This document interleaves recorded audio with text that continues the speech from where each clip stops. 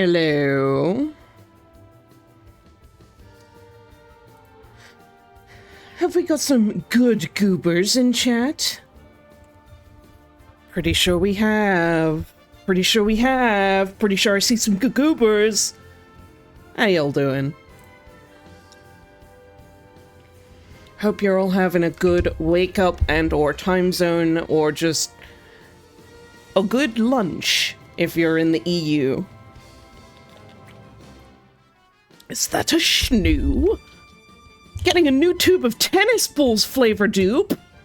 That's a good dupe, I can tell you. Let's hop over onto the main scene, shall we? Hi! Yeah, fresh balls! Oh, hey, captions box? Hey, do you want to come over to the middle? There we go, that's much better. Who we got? We got a Schnoo. We got a Fen doing a lurky lurk. We got a Aura. We got a Dark Sass. We got a Glubzo. Glubzo, thank you for chewing. And happy first, big poggy woggies.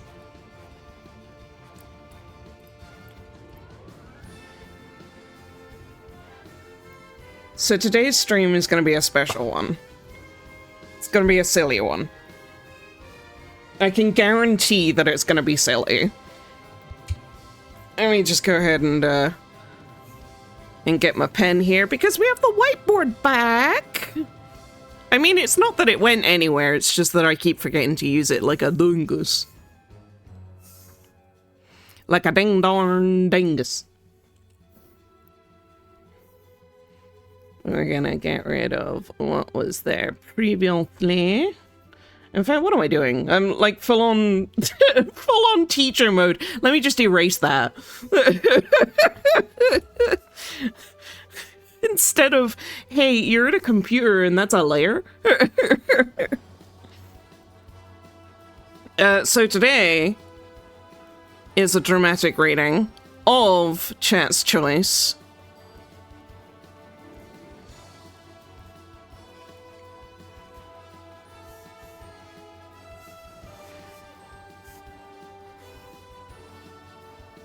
And I got a couple of choices for you all. I'll probably wait until a few more people trickle in, but we've got in the Dupe Discord, there's a channel dedicated for people to suggest ideas. There's been, I think, 3 in there so far.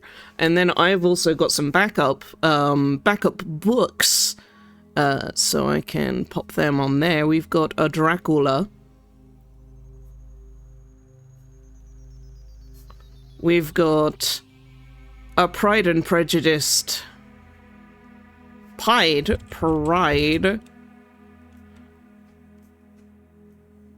And Prejudice.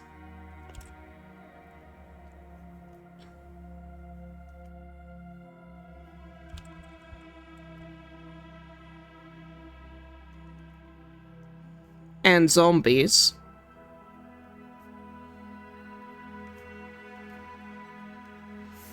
Or, we've got the Sherlock Holmes collection.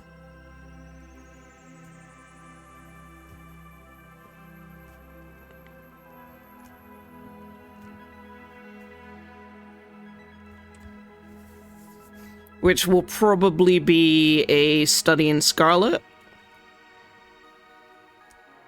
But, like, honestly, we'll start from there and then we'll go. Or Chat suggested.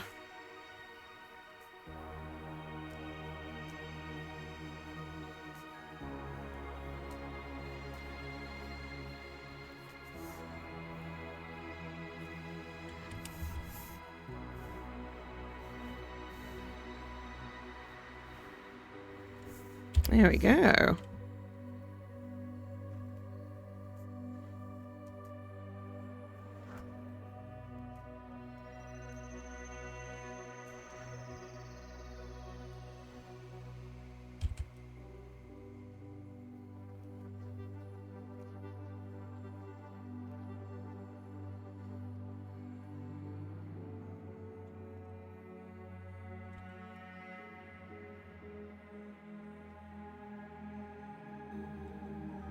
And, like, of course, we could do a couple of these, honestly.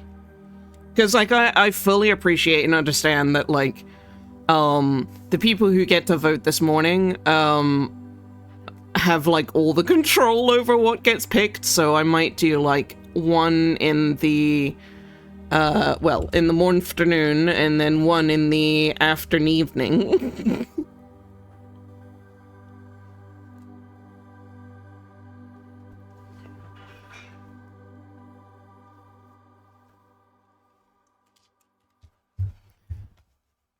And what I'll do is I'll get one of them spinny votey spin votemans.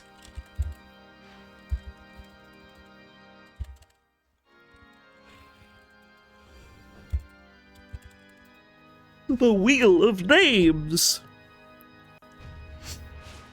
Because I also appreciate that we're a bunch of, we're a very queer community, and thus that means decisions sometimes are the most difficult thing in the entire universe, and I appreciate that.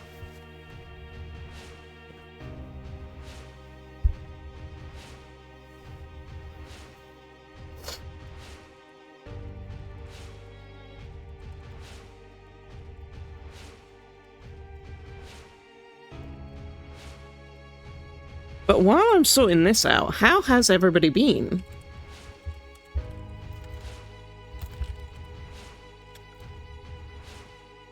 How has everybody's holidays been? This is the first time I'm back since the holidays, actually. Which doesn't feel like it, because I've been on other people's streams as well.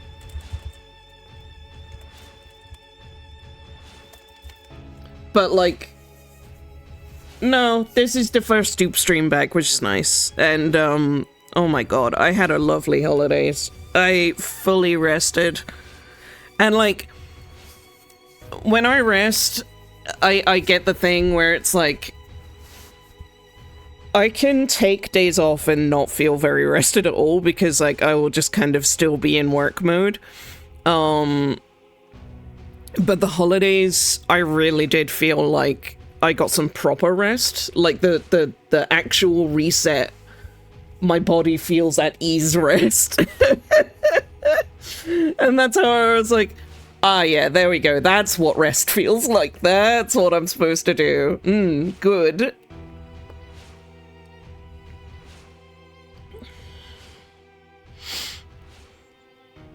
And I saw my family, and we had a lovely Christmas din-dins.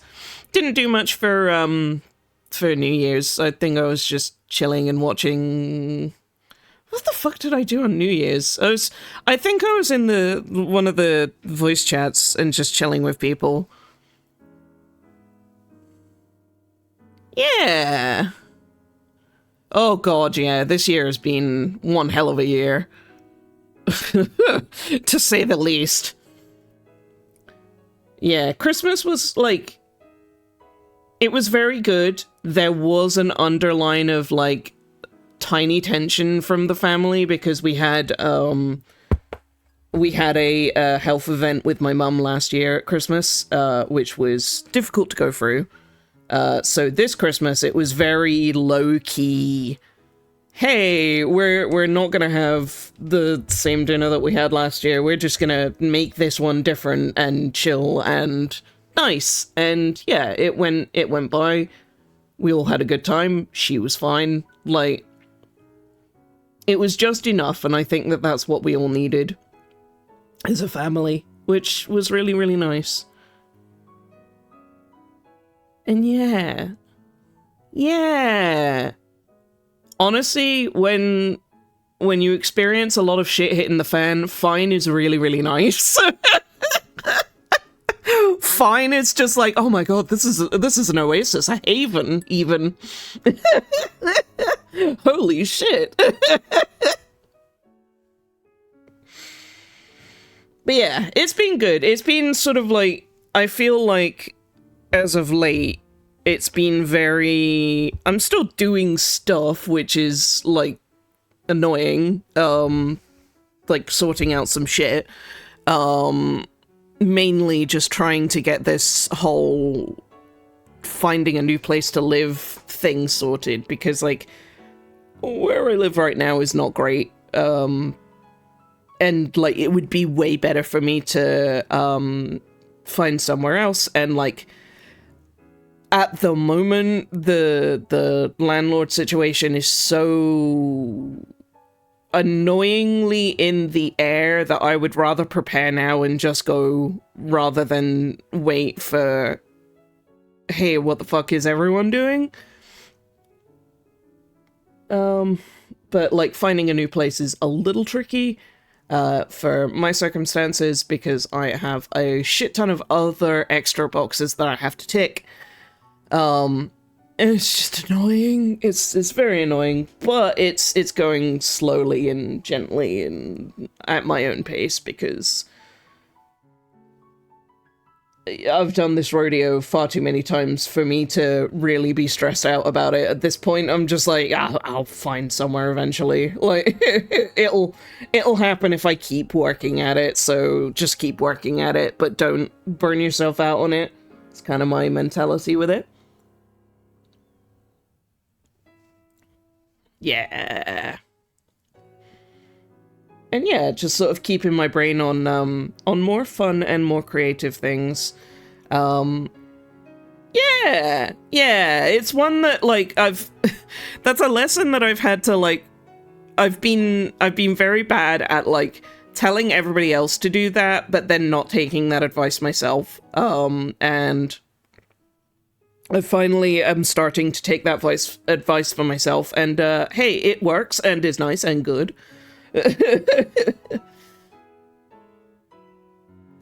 What else? Oh, I got a binder yesterday. Oh my god, and it's so good. I feel so good in it. Oh my god. Oh my god, hang on, let me excitedly show you all this. Like, obviously. Let me. Wow. Also, behold the cushion thief who has stolen my cushion, because she continually always goes onto my damn chair. So I just lifted the cushion up and then put her there, and she's very happy. She's so small. She's so small. She's so little. Yeah. That's fully her chair now. So, like, I'm in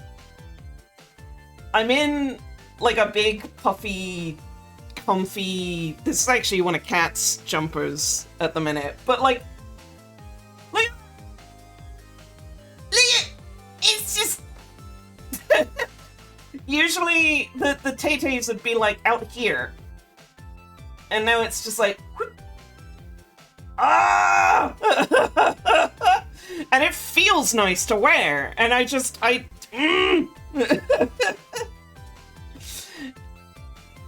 because I am wearing a t-shirt underneath, so I can show that off. That shows it off a bit better.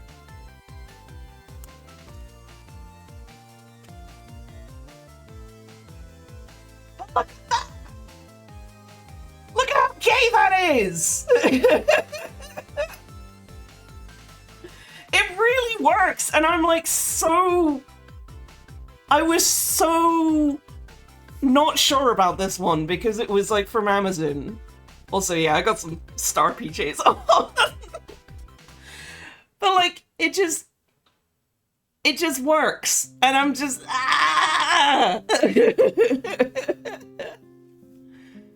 right. No, exactly.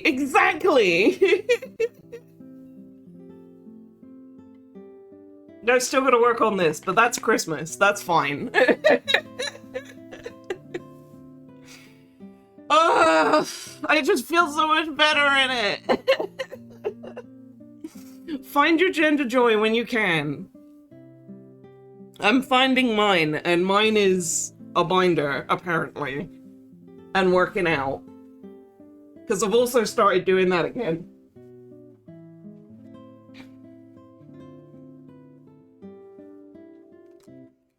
But yeah, I definitely need me jumper back on because it's fucking chilly, mate. Chilly.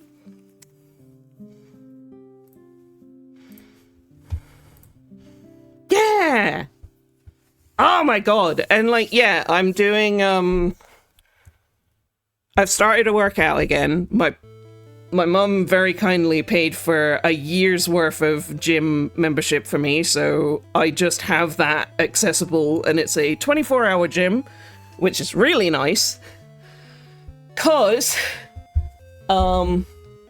especially with the whole, I don't like going out and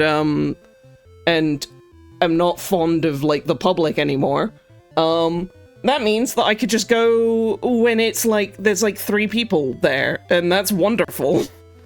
At most, I've had like maybe 15 people in this giant building, and it's great. And I love that. And yeah, like I've been doing, arm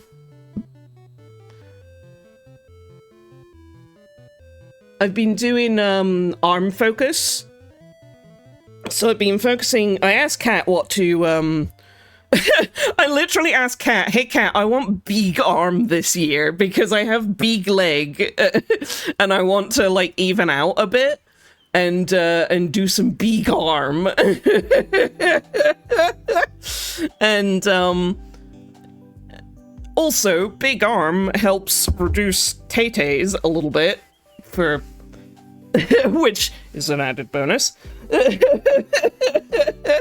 Big leg solidarity. Oh yeah, I was a swimmer and a runner when I was younger, so like and during my teen years especially, I was big swimmer, big runner. Like 10K is the furthest that I was capable of. No, I was capable of doing more than 10K, but I have a 10K medal downstairs, which is the last run I did for like a big like competition run. But yeah, that basically meant that there is muscle underneath all of the Christmas. But and yeah, I was an endurance runner, so I wasn't like I wasn't speed oriented, I was distance. And yeah, there is muscle down there, but I don't have really any muscle upstairs, and that's a problem, especially because I'm now experiencing like the very beginnings of joint issues with doing art and all of the fine motor skills that takes. So it's like, I feel like I'm on the precipice now of do it now, or you will potentially not get that chance again.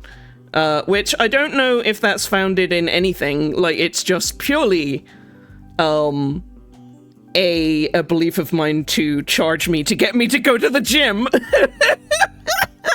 and that, honestly, it's working, so fine. I'm just like, you know what? I'm gonna do it for self-image joy, because I would like to get slightly bigger arms. I'm gonna do it for health reasons, because I do want to trim my weight down a bit. And I'm gonna do it for potentially, like, as far as I see it, there's only benefit if I build up muscles around my arms, because, like, if I'm careful with it and, like, try really hard not to injure it that often, then, like, muscle buildup will hopefully outpace any kind of, like,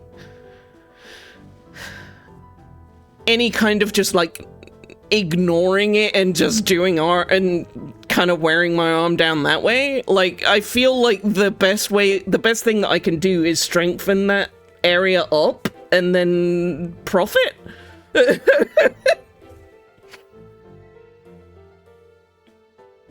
Because, like, I was already doing physio for it, so, like, why not just keep going and just make it big? Why not make big?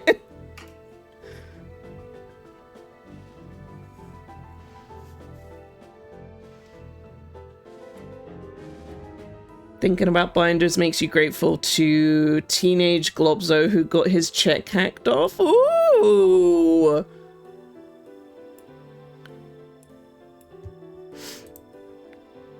Mm-hmm.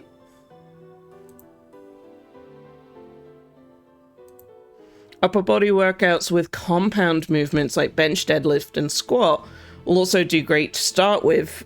Focus on a foundation build for 2 to 3 months, and you'll be good to transition into big arm.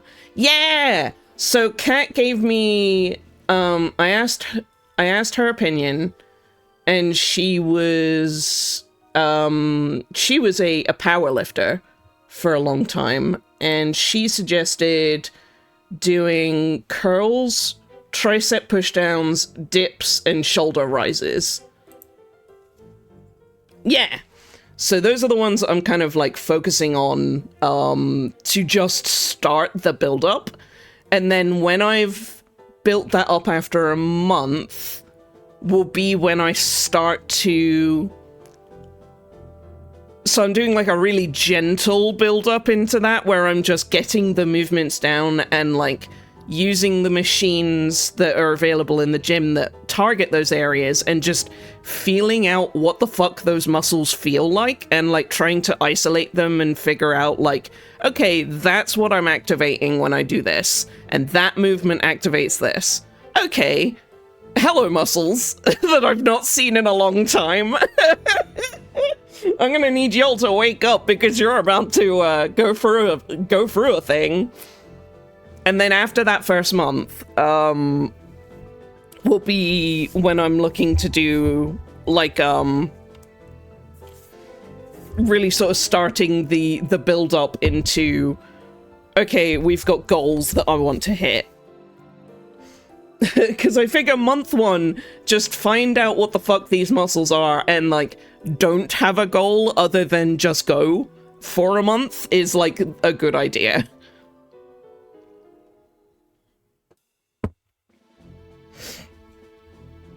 Because I don't want to shock them. They're so gentle. And so noodle at the minute.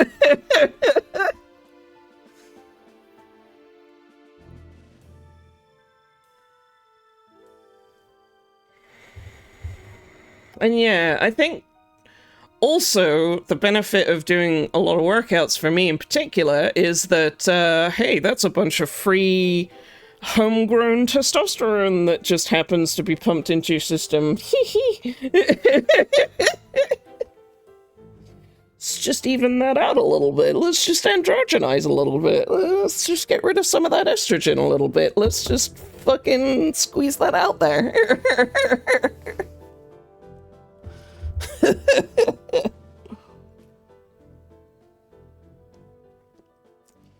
It's so bizarre because I want to like androgynize.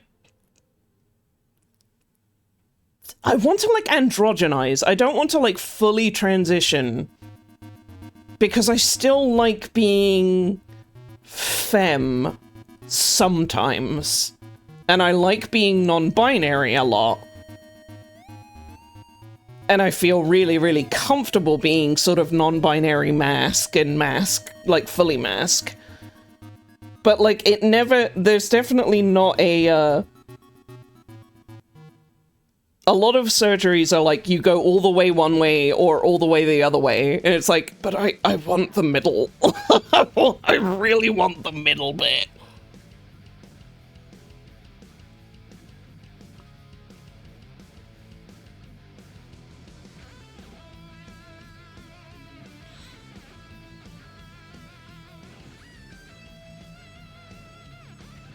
Ooh, no worries, Globso. Hope everything is good. I'm giving you squeezes. New surgery unlocked. Middle surgery? Yeah, I don't want top or bottom surgery. I want mid. Give me midi.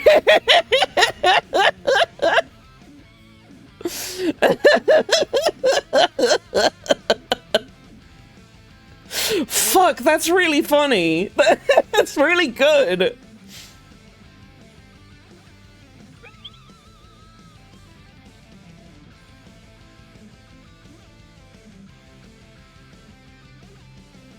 And yeah, as far as I see it, the benefits of getting a little bit more strong than I am at the minute is, hey, I can stick around for longer and scream at y'all more about art until I die.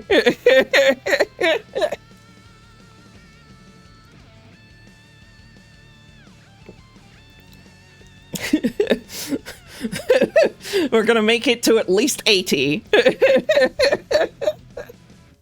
So that I can knit Game Boys, like I said I would in high school. Back in my day,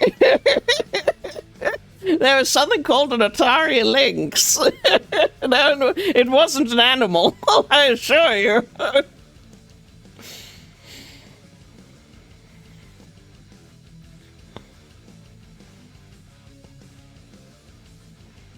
Oh my goodness. Right. Anyway.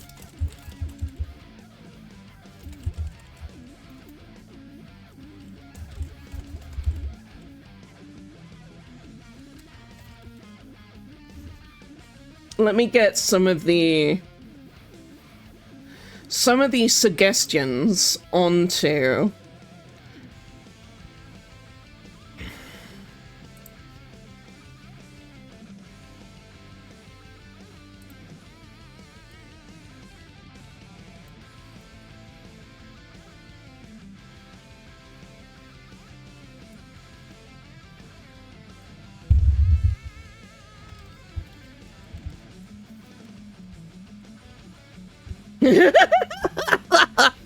The Sega Saturn, named after the planet, you know.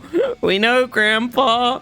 This is man, a hero of mine, personal hero. He was called Seigata Sanshiro. Do you know of him? Yes, you've shown us Seigata Sanshiro. Yes, he was in Japan, you see.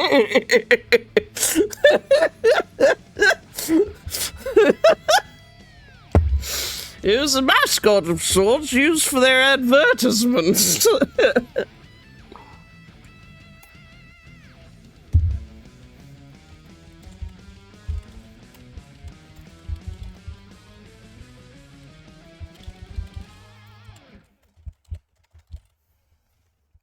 Okay.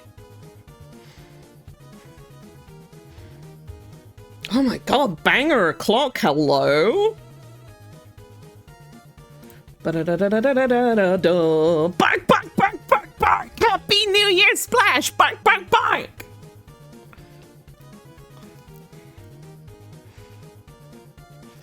Splash! I was just showing off the binder! I'm wearing it again today because it feels so good. I feel very gender.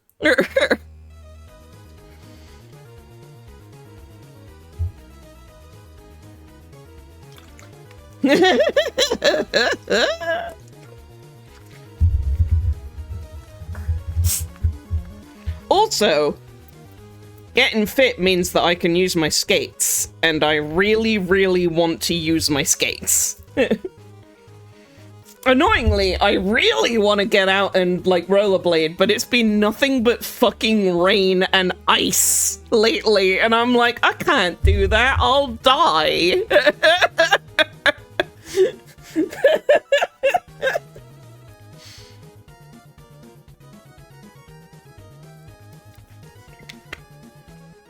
As soon as spring showers are done, I swear I'm gonna be out there.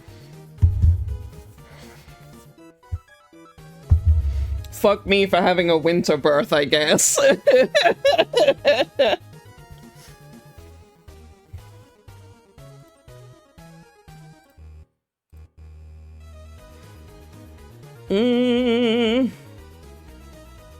Right, I would like...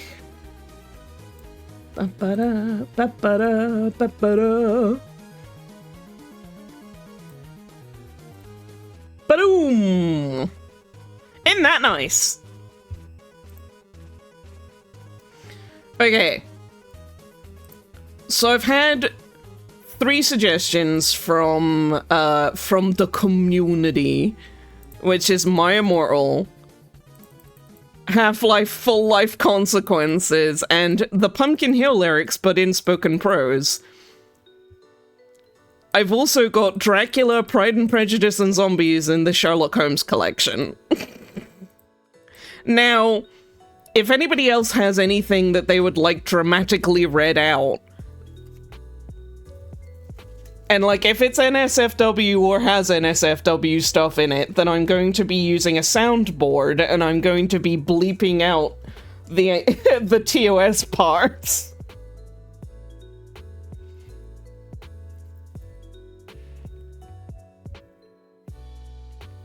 Also, ideally, I'd like it to be free, because, like, I don't get paid until the end of the week, so...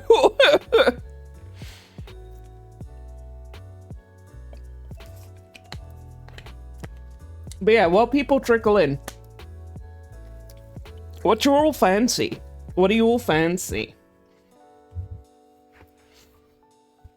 I can also do it as, like, a... You guys vote with points or whatever, though that's like only 4 at a time,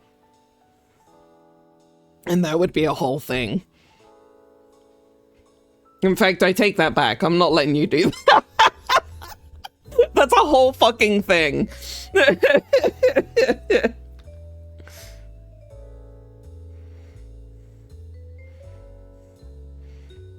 Yeah. And, like, you know that while I'm reading these out, if you'll suggest a funny voice, I'll attempt to do it.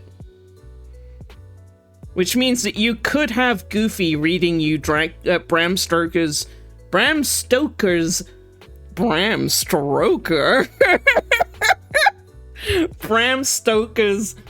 Dracula read by Goofy.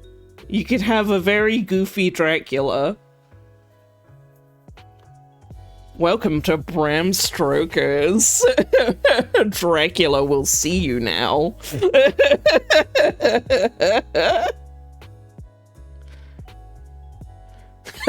Fucking Blam Stoker.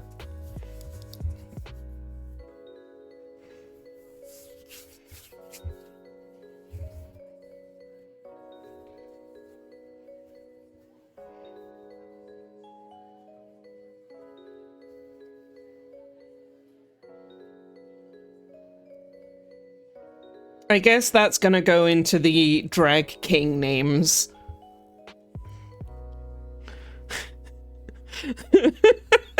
Along with Randy Horhole.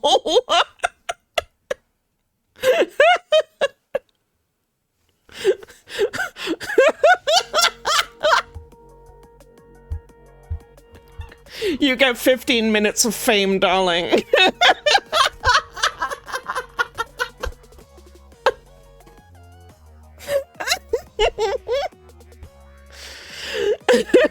I'm gonna make your art pop.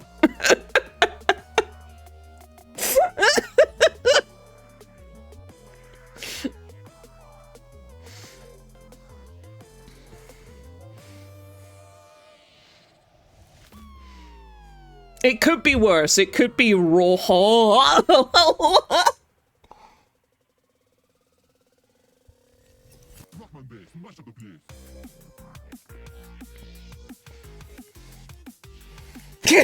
Did you? Hi, Splash. Good afternoon. Monday Night Raw.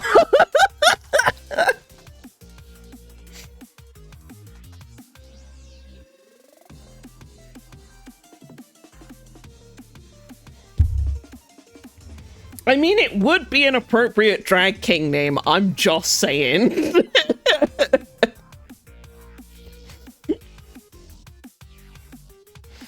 God, I should do that one day. I should drag king make Andy Warhol. God, he'd be so... His look is already a drag king look, is the thing. So all it would actually be is just me doing a fucking Andy Warhol cosplay. Fuck.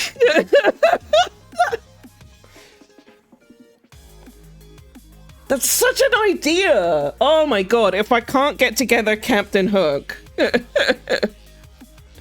for next Pride, maybe I'll do Randy Warhol.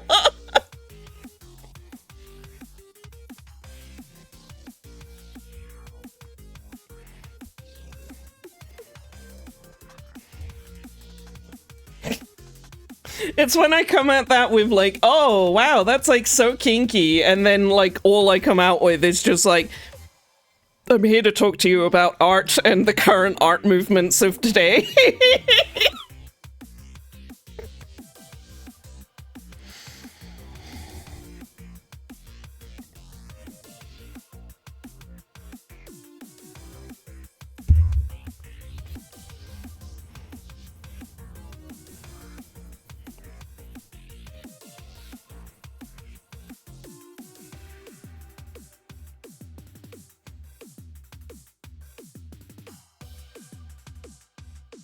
I'm trying to think if there's anything else that's like big and famous for being dramatically read out. I do technically also have all the Kingdom Hearts books. But I was kind of thinking about reading them out on stream at some point anyway.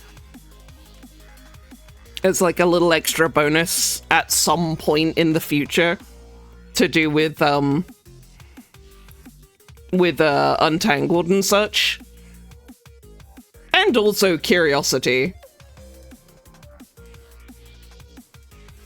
I especially want to read fucking Kingdom Hearts 3. See how the book takes some of the decisions that were made in that game. Same with Kingdom Hearts Key and Unchained.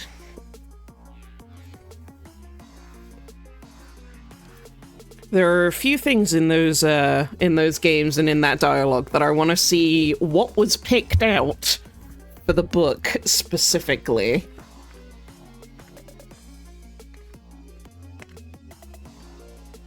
You will only remember KH3 for its gummy ship. Yeah! The gummy ship levels in KH3 fucking slap. Like, I've not played the game myself, but, like, I watched Kat play through it, and I was just like, holy fuck! This is a whole extra game! Like, they just put a whole different game in here for the gummy ship mechanics. What the... what?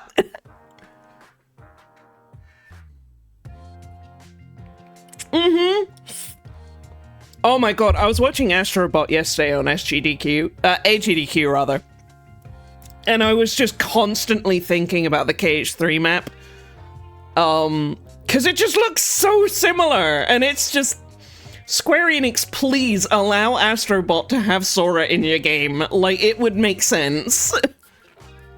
Astrobot literally world hops. What are you guys doing?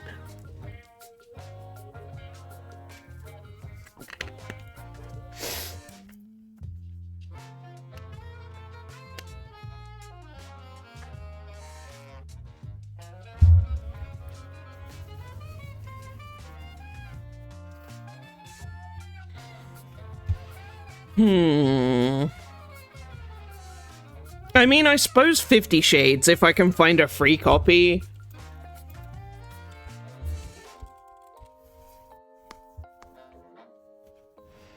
That's always a funny read out aloud.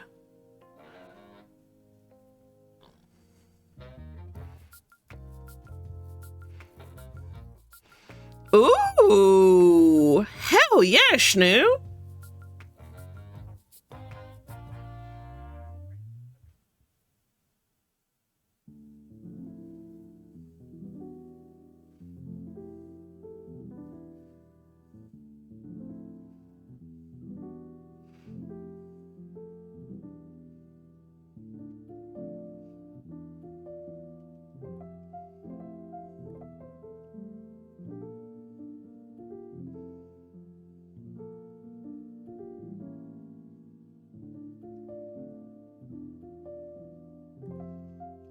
You know what? I think for this morning, these are good, and I will go ahead and spin.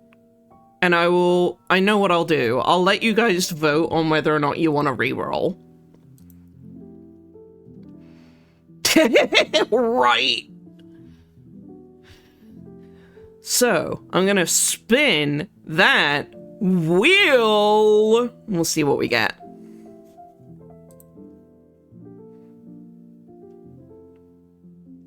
Oh god, it's my immortal. It's my immortal. Hi TV! Okay. So I'll do a quick poll about it. And this is your one chance. Do not miss your chance. Reroll? Yes, no. Allow additional votes, but it's 100 to vote. And the poll will go for 2 minutes. Polls up!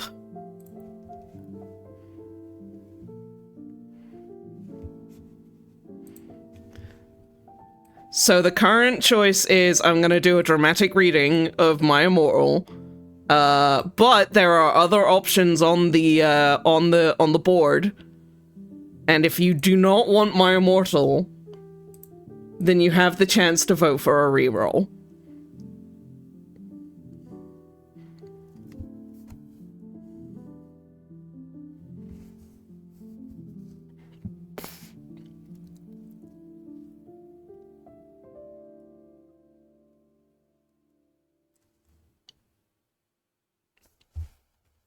The other choices are Sherlock Holmes, Pride and Prejudice and Zombies, Dracula, Half-Life Full Life Consequences, the Pumpkin Hill lyrics in spoken prose, or 50 Shades of Grey.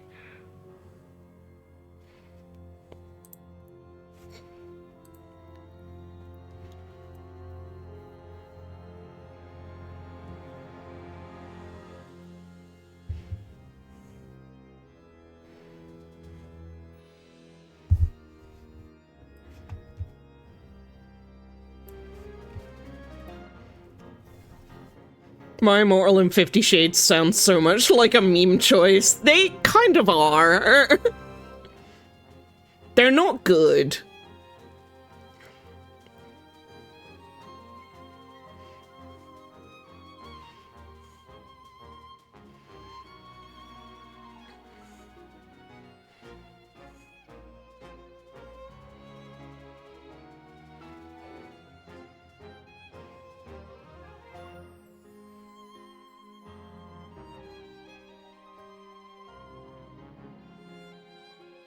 Oh, we're doing a reroll. Should I take them off the board?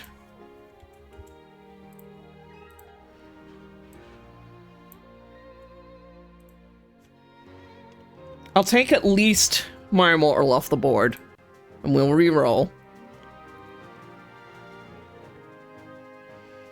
Oh my god, it's Dracula.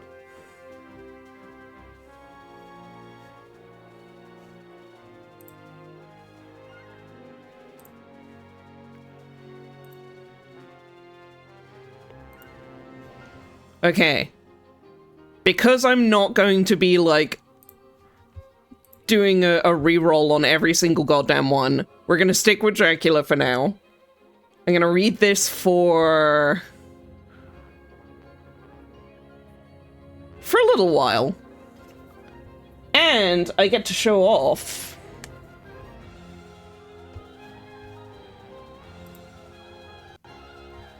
I actually physically have this book.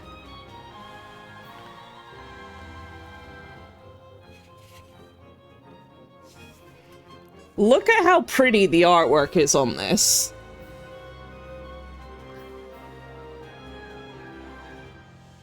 I know! Books are real!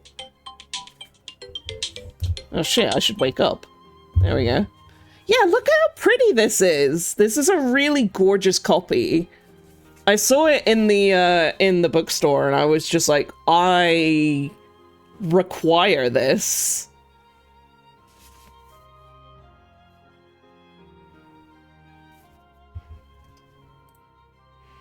I wonder if I'll wake up soon. Maybe. Maybe one day.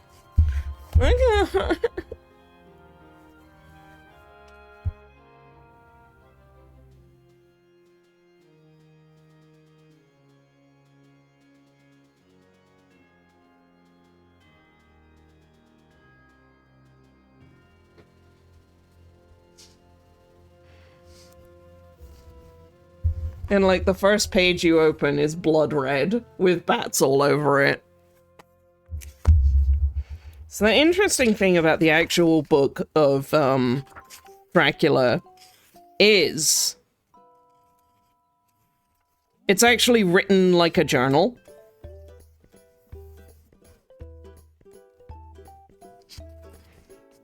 And there was a, there was a phenomenon recently with people online getting really into Dracula through what's it called? It was like, I think Tumblr or something, where like somebody would post up like the snippets and chapters of it, but they would do it like at a piece at a time.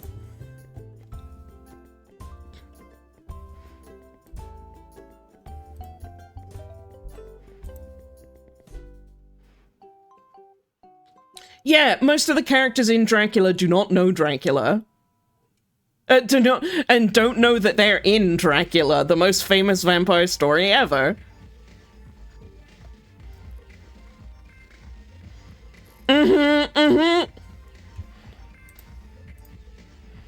Absolutely. It's kind of like when watching Alien and watching the like the very first Alien movie and watching the characters just be like, nah, it's fine. We should just like go against all this protocol and go to this alien planet and it will be fine. And it's like, oh, hey. Hey, why was there a tab of me? There we go. Dracula Daily, that's it. It was an email list. God, I love that.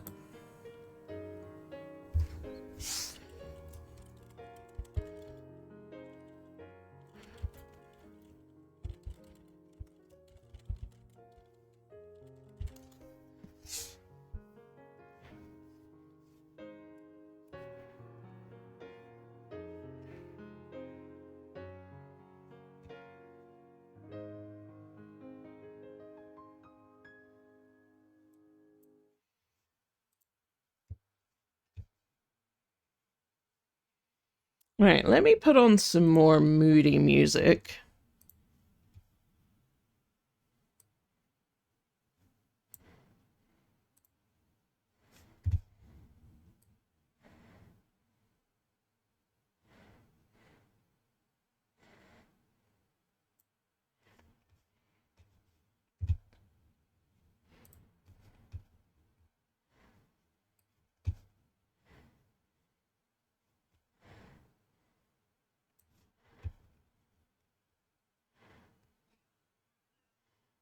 Oh shit, hang on.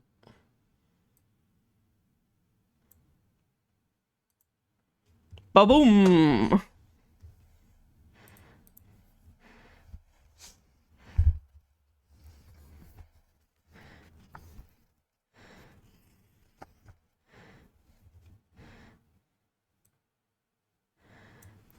Okay, how is audio levels? Am I audible over the top of the music? Does the music need to go up or down?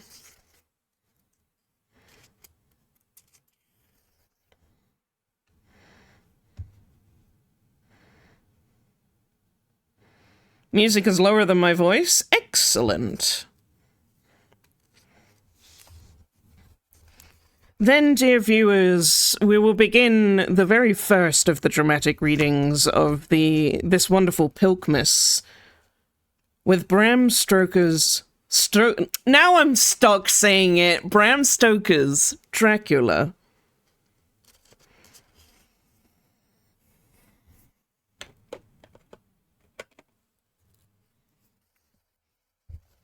How these papers have been placed in sequence will be made clear in the reading of them. All needless matters have been eliminated, so that a history almost at variance with the possibilities of the latter-day belief may stand forth as simple fact. There is throughout no statement of past events wherein memory may err, for all records chosen are exactly contemporary, given from the standpoints and within the range of knowledge of those who made them. Chapter 1. Jonathan Harker's Journal, kept in the shorthand. 3rd of May, Bistritz.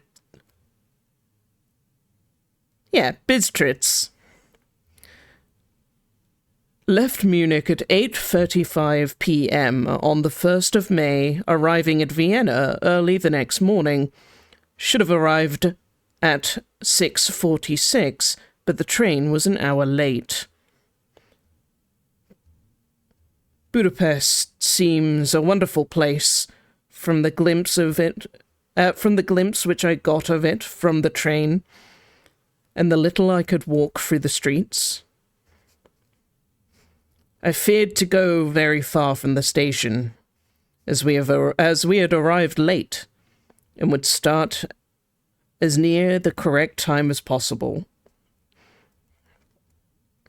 The impression I had was We were leaving the west and entering the east, the most western of splendid bridges over the Danube, which is here of noble width and depth, took us among the traditions of Turkish rule. We left in pretty good time and came, after nightfall, to Klausenburg. Here I stopped for the night at the Hotel Royal. I had for dinner, or rather supper, a chicken done up with some whey with red pepper, which was very good, but thirsty. Memo, get the recipe for Mina. I asked the waiter, and he said it was called paprika Hendel, and that, as it was a national dish, I should be able to get it anywhere along the Carpathians. I found my smattering of German very useful here. Indeed, I don't know how I should be able to get on without it. Having some time at my disposal when in London, I had visited the British Museum and made search among the books and maps in the library regarding Transylvania. It had struck me that some foreknowledge of the country could hardly fail to have some importance in dealing with a noble of that country. I find that the district that he named is in the extreme east of the country, just on the borders of 3 states: Transylvania, Moldova, and Bukovina. In the midst of the Carpathian Mountains, one of the wildest and least known portions of Europe. I was not able to light on any map or work given that exact locality of the I was not able to light on any map or work giving the exact locality of Castle Dracula, as there are no maps of this country, as yet to compare with our own Ordnance Survey maps. But I found that Bistritz, the post town named by Count Dracula, is a fairly well-known place. I shall enter here some of my notes, as they may refresh my memory when I talk over my travels with Mina. In the population of Transylvania, there are 4 district nationalities: Saxons in the south, and mixed with them, Wallachians, who are the descendants of the Dracians, Magyars in the west, and Sezcales in the east and north. I am going among the latter, who claim to be descended from Attila and the Huns. This may be so, for when Magyars conquered the country in the 11th century, they found the Huns settled in it.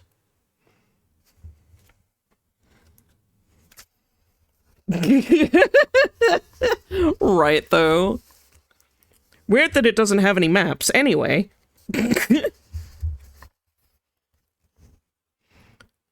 I read that every known superstition in the world is gathered into the horseshoe of the Carpathians, as if it were the center of some sort of imaginative whirlpool. Dizzy, thank you so much for the 21 months. That's almost a year.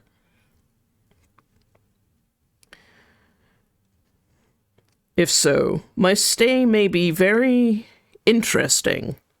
Memo, I must ask the Count all about them. I did not sleep well, though my bed was comfortable enough, for I had all sorts of queer dreams. There was a dog howling all night under my window, which may have had something to do with it, or it may have been the paprika, for I had to drink up all the water in my carafe, and was still thirsty.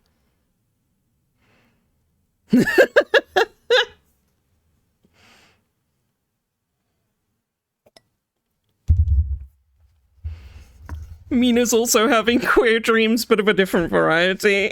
I always have queer dreams. Is it gay?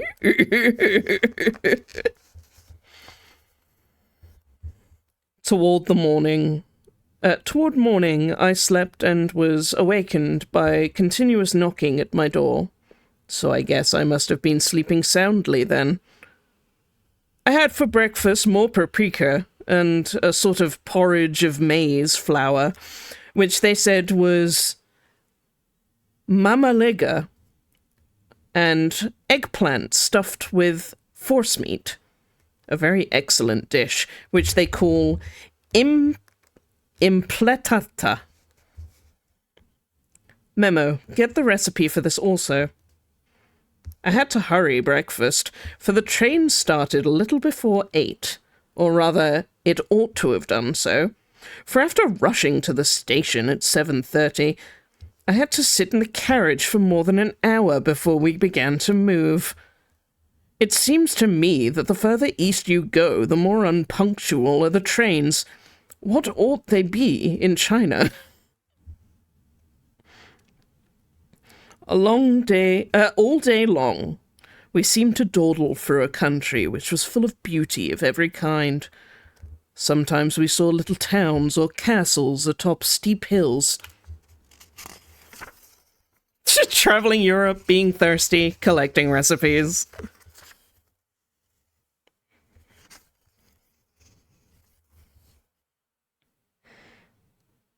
Sometimes we saw little towns or castles on the top of steep hills, such as we see in old missals. Sometimes we ran by rivers and streams which seemed from the wide stony margin on each side to be subject to great floods. It takes a lot of water and running strong to sweep the outside edge of a river clear. At every station there were groups of people, sometimes crowds, and in all sorts of attire. Some of them were just like peasants at home, or those I saw coming through France and Germany with short jackets and round hats, and homemade trousers. But others were very picturesque. The women looked pretty, except when you got near them, but they were very clumsy about the waist.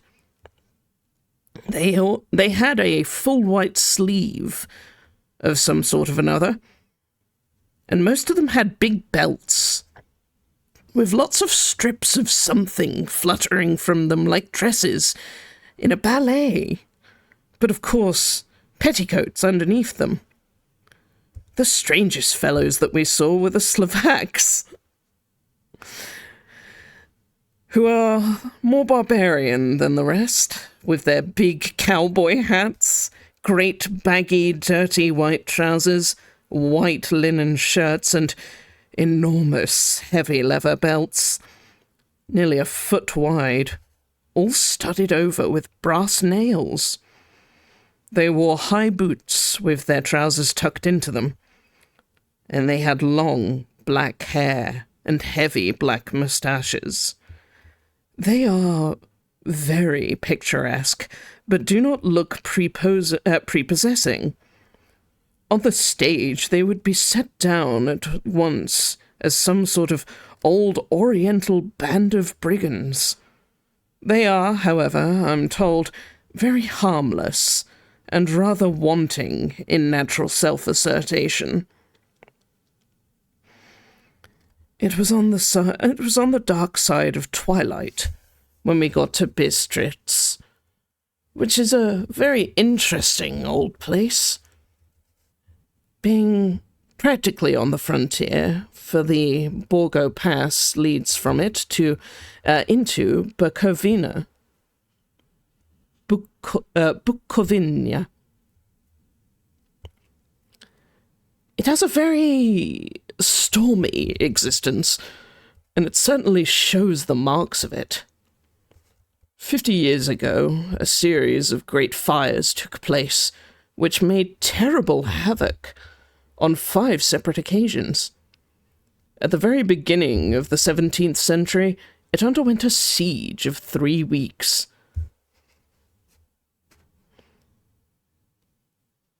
And lost 13,000 people. The casualties of war proper being assisted by famine and disease.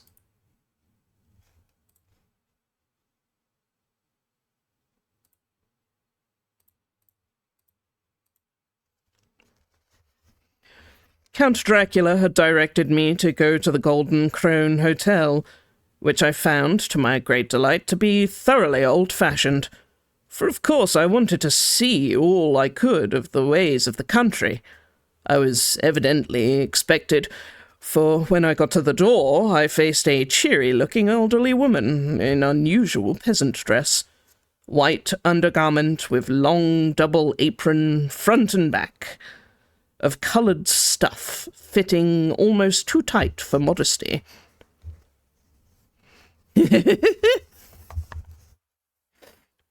When I came close, she bowed and said, "The Englishman?" "Yes," I said, "Jonathan Harker."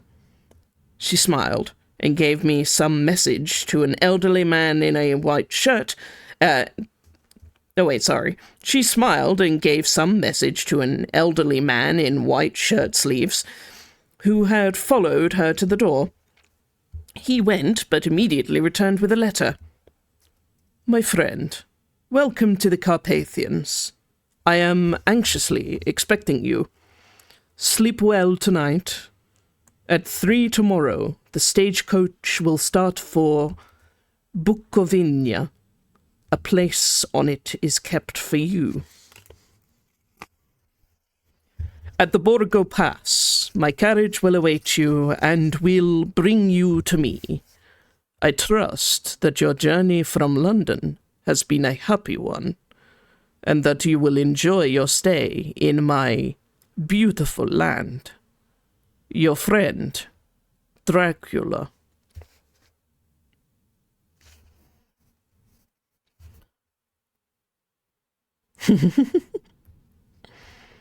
"4th of May.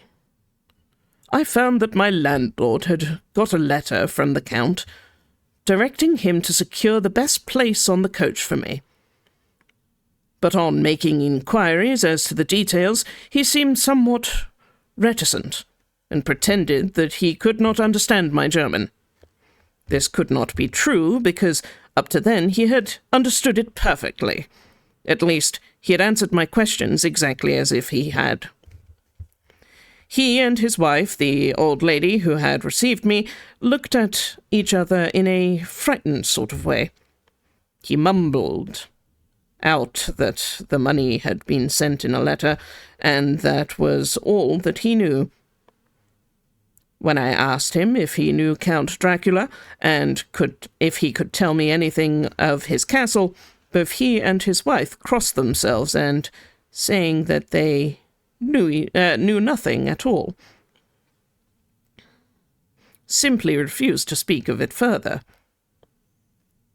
It was so near the time of starting that I had no time to ask anyone, for it was all very mysterious, and not by any means comforting. Just before I was leaving, the old lady came up to my room and had said in a very hysterical way, "Must you go? Oh, young hare, must you go?" She was in such an excited state that she seemed to have lost her grip of what German that she knew, and mixed it all up with some other language which I did not know at all. God, he is British.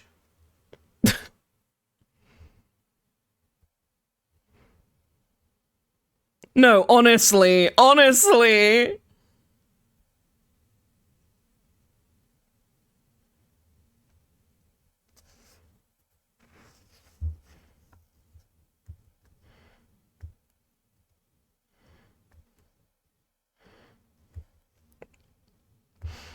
Oh my god, Globzo!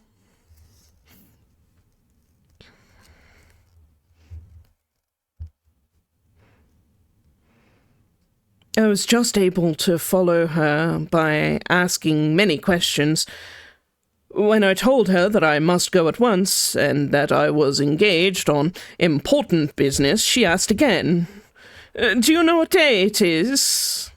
I answered that it was the 4th of May, and she shook her head as she said again, "Oh yes, I know that, but do you know what day it is?"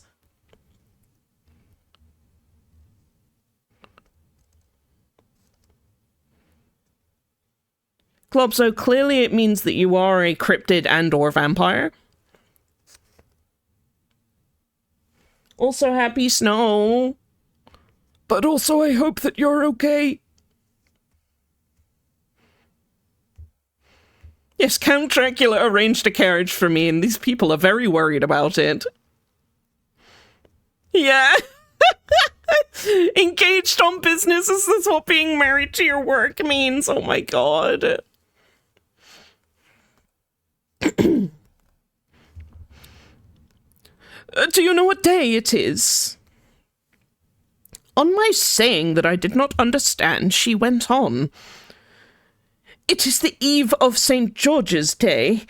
Do you not know that tonight, when the clock strikes midnight, all the evil things in the world will have full sway? Do you know where you are going and what you are going to? She was in such evident distress that I tried to comfort her, but without effect. Finally, she went down on her knees and implored me not to go, at least to wait a day or two before starting. It was all very ridiculous, but I did not feel comfortable. However, there was business to be done, and I could allow nothing to interfere with it.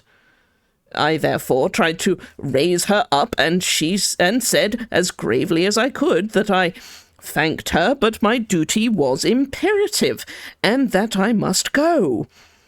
She then rose and dried her eyes, and taking a crucifix from her neck, offered it to me. I did not know what to do, as, for an English churchman, I have been taught to regard such things as, in some measure, idolatrous, and yet it seemed so ungracious to refuse an old lady meaning so well and in such a state of mind. She saw, I suppose, the doubt in my face, for she put a rosary around my neck and said, "For your mother's sake," and went out of this room. I am writing up this part of the diary whilst I am waiting for the coach, which is, of course, late. And the crucifix is still around my neck. Whether it is the old lady's fear, I do not know, but I'm feeling nearly as easy. I'm not feeling nearly as easy in my mind as usual. If this book should ever reach Mina before I do, let it bring my goodbye. Ah, here comes the coach. 5th of May, the castle.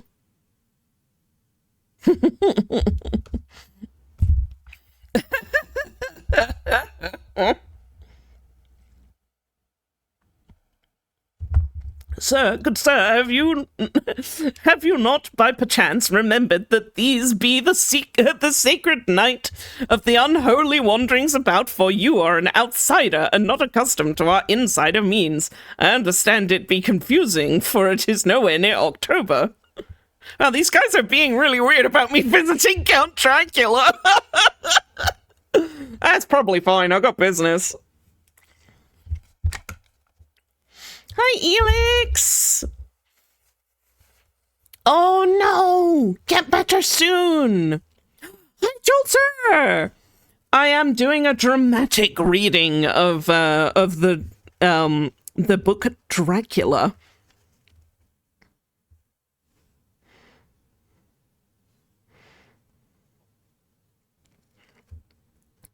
"5th of May, the castle.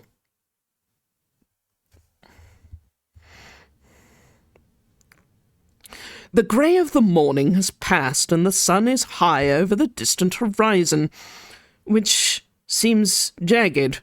Whether with trees or hills I do not know, for it is so far off that the big things and little things are mixed. I am not sleepy, and as I am not to be called till I awake, naturally I write till sleep comes. There are many odd things to put down, and lest who reads them may fancy that I dined too well before I left Bistritz. Let me put down my dinner exactly. I dined on what they call robber steak. Bits of bacon, onion and beef seasoned with red pepper and strung on sticks that are roasted over fire, in the simple style of the London's cat's meats. I'm not gonna lie, that sounds delicious.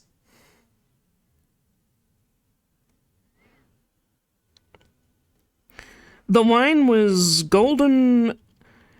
Oh, God. Golden Medish. Medash. Memo, still thirsty, still want recipes.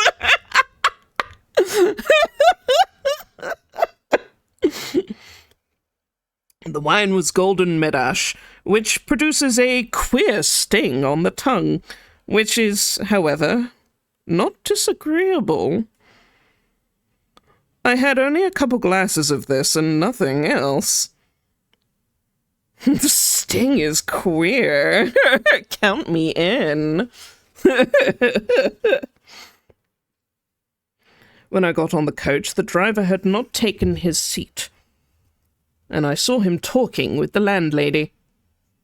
They were evidently talking of me, for every now and then they would look at me, and some people who were sitting on the bench outside the door, which they call by a name meaning word-bearer, came and listened, and then looked at me, most of them pityingly. I could hear a lot of words repeated. Queer words. For there were many nationalities in the crowd, so I quietly got my polyglot dictionary and from my bag and looked them up. I must say they were not cheering to me, for amongst them were Ordog, Satan, Pokol, Hell, Stregosia, Witch, Vorlok and Vloslak, both which mean the same thing, one being in Slovakian, the other in Servian, for something that is either werewolf or vampire. Memo, I must ask the Count about these superstitions.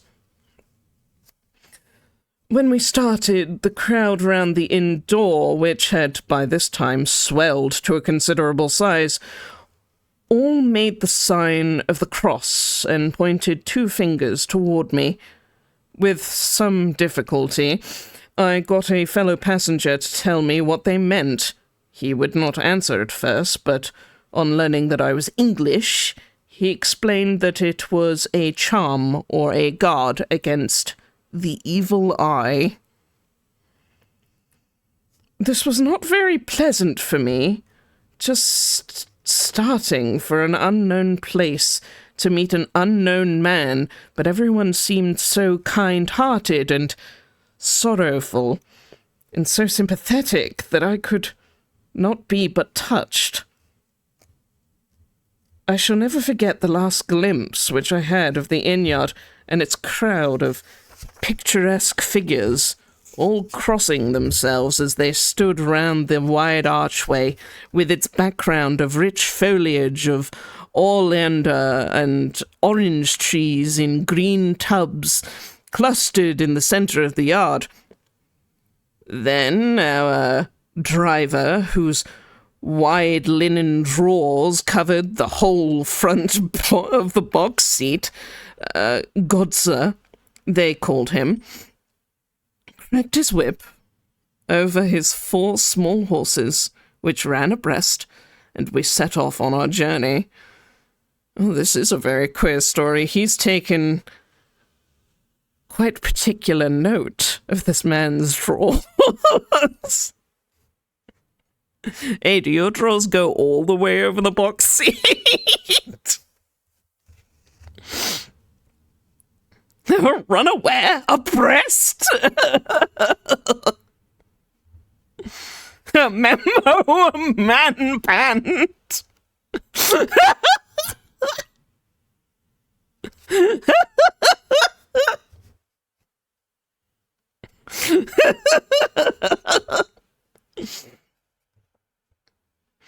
I soon lost sight and recollection of the ghostly fears in the beauty of the scene as we drove along, although had I known the language, or rather languages, of my fellow passengers were speaking, I might not have been able to throw them off so easily. Before us lay a green sloping land full of forests and woods, with here and there steep hills crowned with clumps of trees, or with farmhouses, the blank gable end to the road. There was everywhere a bewildering mass of fruit blossom. Apple, plum, pear, cherry, and as we drove by, I could see the green grass under the trees, spangled with the fallen petals. In and out among the green hills of what they call here the Mittelland ran the road, losing itself as it swept round the grassy curve or was shut out by the staggering ends of pine woods, which here and there ran down the hillsides like tongues of flame. The road was rugged, but we still seemed to fly over it with a feverish haste.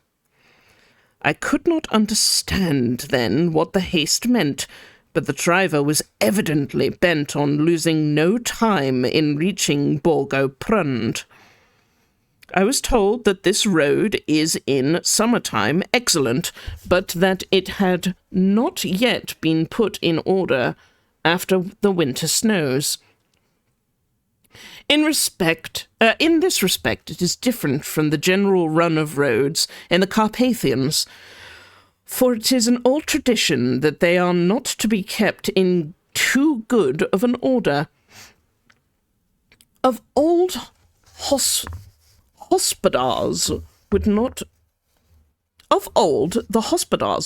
repair them, lest the Turks should think that they were preparing to bring in foreign troops, and so hasten the war which was already really at loading point.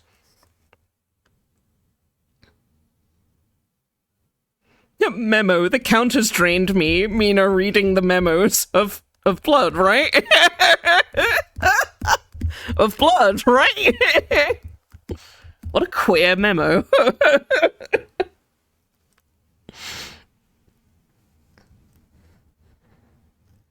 Alternatively, all of Mina and Lucy's correspondence, because they are sure best friends TM.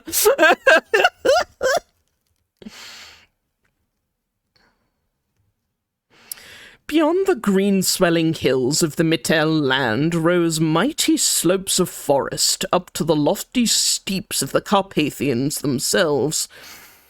Right and left of us they towered, with the afternoon sun falling full upon them and bringing out all the glorious colours of this beautiful range, deep blue and purple in the shadows of the peaks, greens and browns where the grass and rock mingled, and an endless perspective of jagged rock and pointed crags, till these were themselves lost in the distance, where snowy peaks rose grandly. Here and there seemed mighty rifts in the mountain, through which, as the sun began to sink, we saw now and again the white gleam of falling water.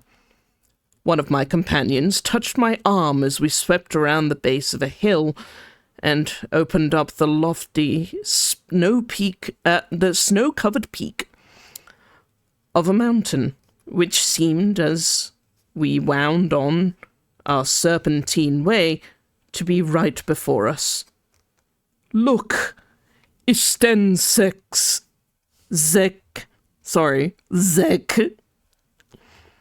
God's seat. And he crossed himself reverently as we wound on our way, on our endless way, and the sun sank lower and lower behind us, the shadows of the evening beginning to creep around us. Just like the ads in 5 seconds. I will pause here. Zach from Final Fantasy VII? His seat?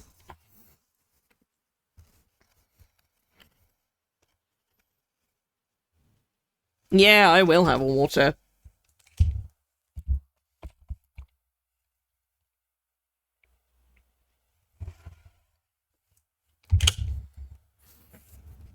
I should pause. Don't want to get too thirsty. Also, gotta look up some recipes.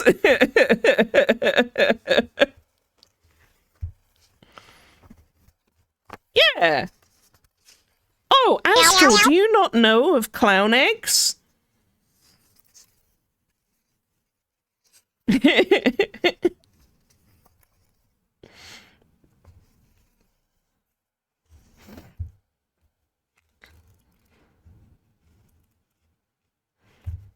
They're a wonderful thing if you don't.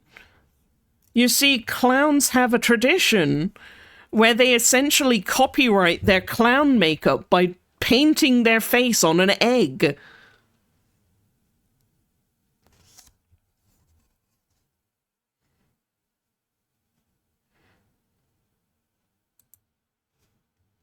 Also, I'm gonna change the music here while we have the ad.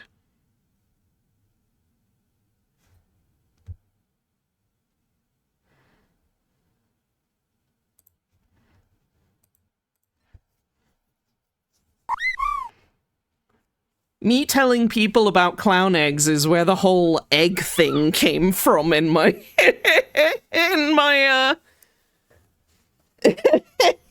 in my entire channel.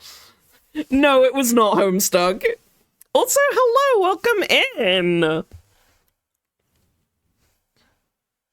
I hope everyone out there is keeping nice and cozy and comfy. Today we are reading Dracula, and perhaps later on we will have a vote of whether or not to keep on with this topic, or whether we change to a different dramatic reading. But so far we are, we're following the journals of one Jonathan Harker, a very thirsty man, on his way to go see Count Dracula.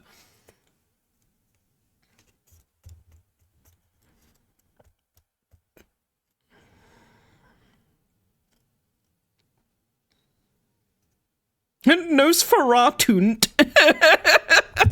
Exactly. A very repressed man looking for queer in anything.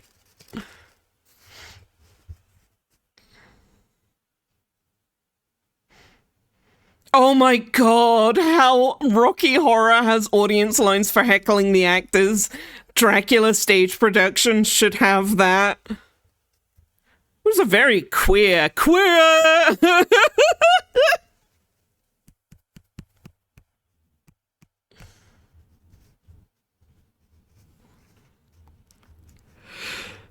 Ads are over, welcome back. Yeah, Dracula stage production where everyone just yells, "How queer!"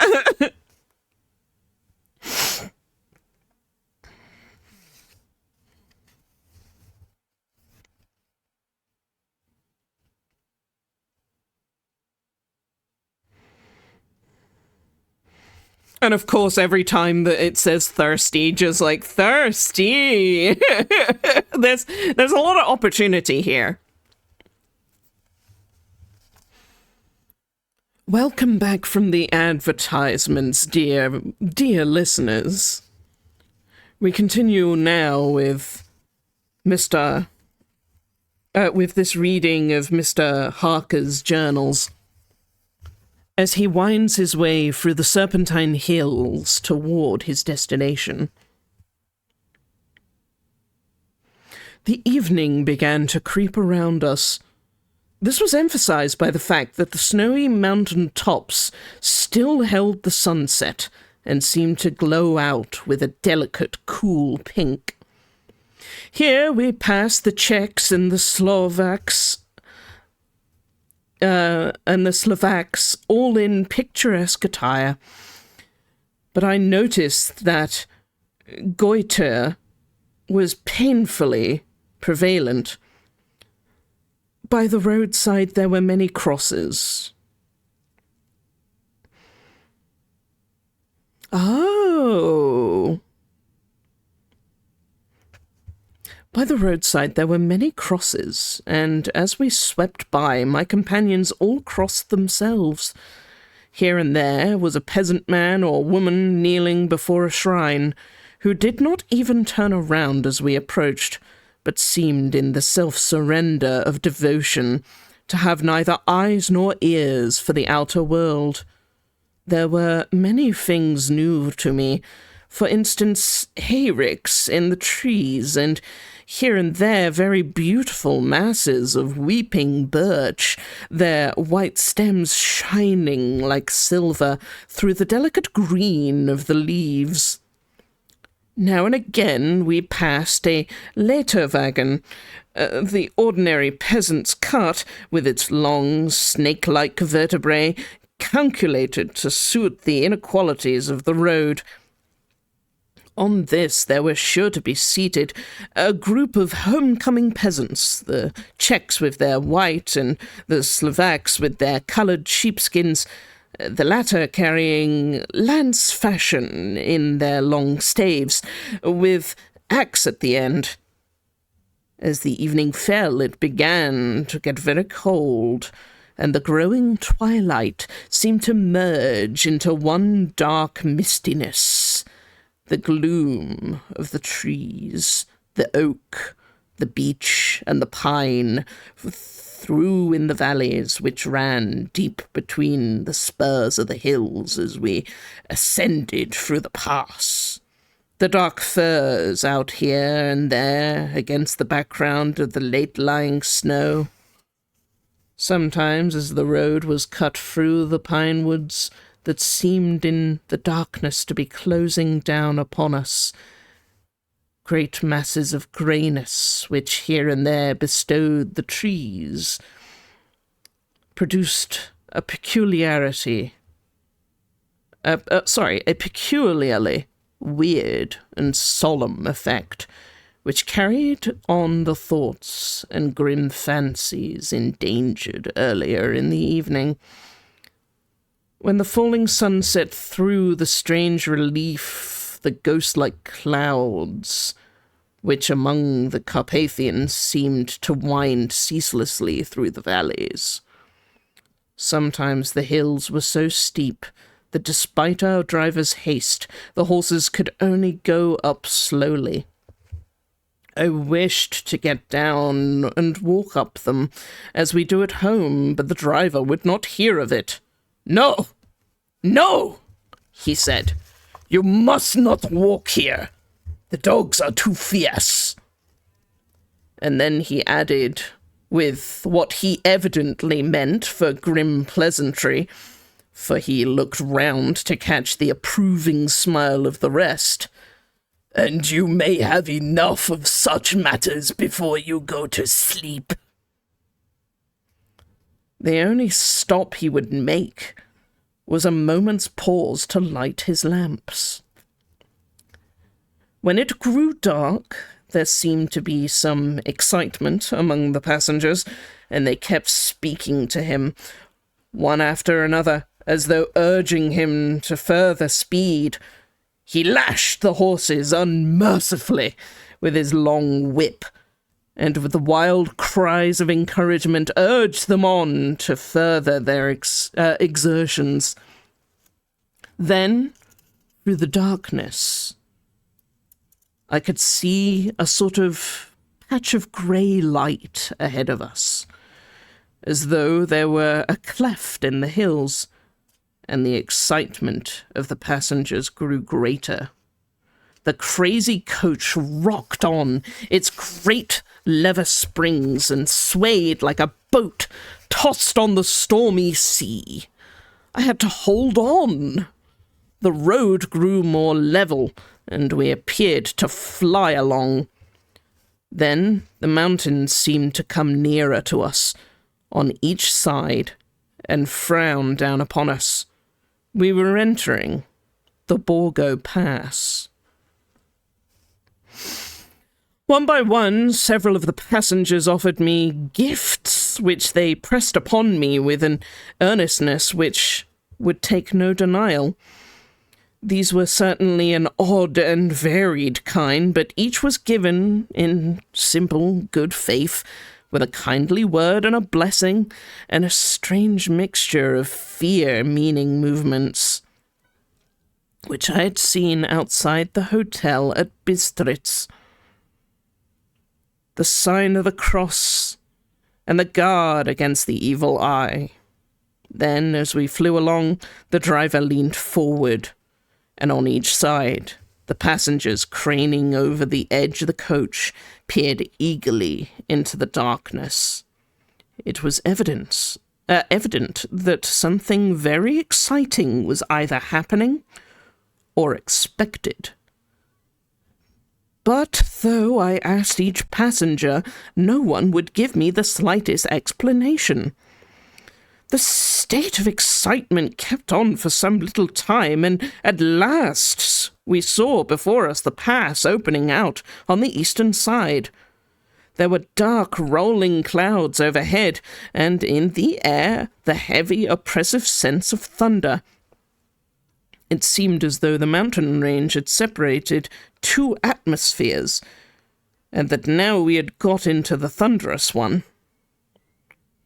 I was now myself looking out for the conveyance which was to take me to the Count. Each moment I expected to see a glare of lamps through the blackness, but all was dark. The only light that was flickering was the rays of our own lamps, in which steam from our hard-driven horses rose in a white cloud. We could now see the sandy road laying white before us, but there was on it no sign of a vehicle. The passengers drew back with a sigh of gladness, which seemed to mock my own disappointment. I was already thinking what I had best do when the driver, looking at his watch, said to the others something which I could hardly hear. It was spoken so quietly and in such a low tone that I thought it was an hour less than the time. Then, turning to me, he said in German, worse than my own, "There is no carriage here. The Herr is not expected after all. He will now come on to Bukovina and return tomorrow or the next day. Better the next day." "Hi, Dr. Sass, welcome back." While he was speaking, the horses began to neigh and snort and plunge wildly, so that the driver had to hold them up. Then, amongst a chorus of screams from the peasants and a universal crossing of themselves, a calèche with 4 horses drove up behind us and overtook us and drew up beside the coach. I could see from the flash of our lamps as the rays fell on them that the horses were all coal black and splendid creatures. They were driven by a tall man with a long brown beard and a great black hat, which seemed to hide his face from us. I could only see the gleam of a pair of very bright eyes, which seemed almost red in the lamplight as he turned to us. He said to the driver, "You are early tonight, my friend." And the man stammered in reply, "The English air was in a hurry." To which the stranger replied, "That is why I suppose you wished him to go on to Bukovina. You cannot deceive me, my friend. I know too much. My horses are swift." As he spoke, he smiled. The lamplight fell on a hard-looking mouth, with very red lips and sharp-looking teeth, white as ivory. One of my companions whispered to another the line from Burger's Le Noir. "Den die Toten reiten schnell." For the dead travel fast. The strange driver evidently heard the words, for he looked up with a gleaming smile. The passenger turned his face away, at the same time putting out 2 fingers and crossing himself. "Give me the hare's luggage," said the driver, and with exceeding alacrity my bags were handed out and put in the calèche. Then I descended from the side of the coach as the calèche was close alongside, the driver helping me with a hand which caught my arm in a grip of steel. His strength must have been prodigious. Without a word, he shook the reins, the horses turned, and we swept into the darkness of the pass. As I looked back, I saw steam from the horses of the coach by the light of the lamps, and projected against it the figures of my late companions crossing themselves. Then the driver cracked his whip and called to his horses, and off they swept on their way to Bukovina.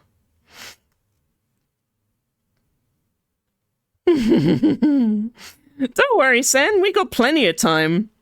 We are reading currently Dracula. Now I have to go there. Darkfall, he's British. He's got an appointment. Like, he's a British businessman. He's not going to listen to any of these warnings because he's got an appointment to make.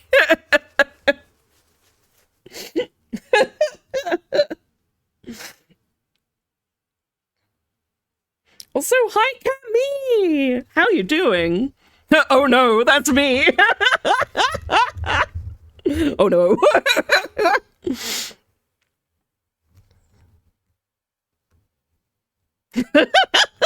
Everybody now who has an appointment just sort of sweating. As they sank into the darkness, I felt a strange chill, and a lonely feeling came over me. But a cloak was thrown over my shoulders and a rug across my knees, and the driver said in excellent German, "The night is chill, mein Herr." And my master, the Count, bade me take all care of you. There is a flask of Silverwitz, the plum brandy of the country, underneath the seat, should you require it. I did not take any, but it was comfort to know that it was there all the same. I felt a little strange. I felt a little strange and not a little frightened. I think had there been any alternative, I should have taken it instead of prosecuting that unknown night journey.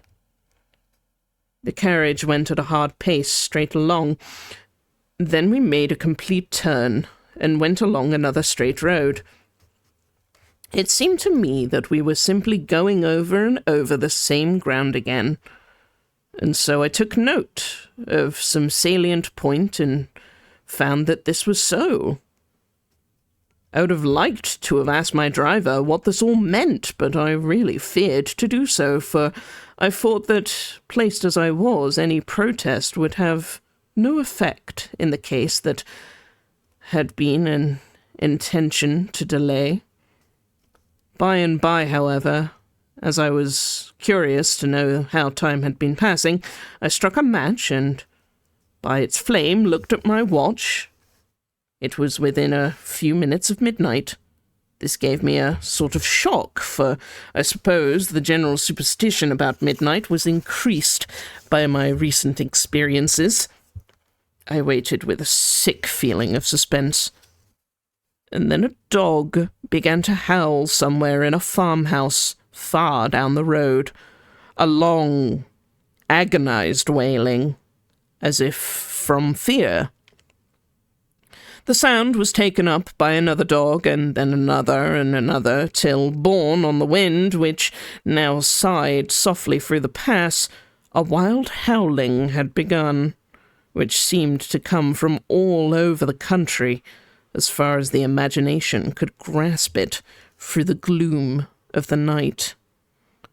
At the first howl, the horses began to strain and rear, but the driver spoke to them soothingly, and they quietened down, but shivered and sweated as though after a runaway from sudden fright. Then, far off in the distance from the mountains on each side of us, began a louder and sharper howling, that of wolves, which affected both the horses and myself in the same way, for I was minded to jump from the caleche and run, while they reared and plunged madly, so that the driver had to use all his strength to keep them from bolting. In a few minutes, however, my own ears got accustomed to the sound, and the horses became far quieter, that the driver was able to descend and to stand before them. He petted and soothed them, and whispered something in their ears, as I have heard of horse-tamers doing, with extraordinary effect. For under his caresses they became quiet, manageable again, though they still trembled. The driver again took his seat, and shaking his reins, started off at great pace. This time, after going to the far side of the pass, he turned down a narrow roadway which ran sharply to the right. Soon we were hemmed in with trees, which in places arched right over the roadway, till we passed as through a tunnel. And again, great frowning rocks guarded us boldly on either side. Though we were in shelter, we could hear the rising wind, for it moaned and whistled through the rocks, and the branches of the trees crashed together as we swept along. It grew colder and colder still, and fine powdery snow began to fall. So soon we and all around us were covered in a white blanket. The keen wind still carried the howling of the dogs, though this grew fainter as we went on our way.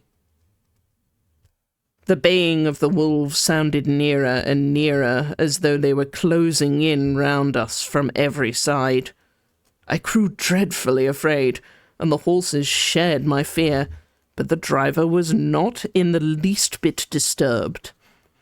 He kept turning his head left and right, but I could not see anything through the darkness. Suddenly, away on our left, I saw a faint flickering blue flame. The driver saw it at the same moment.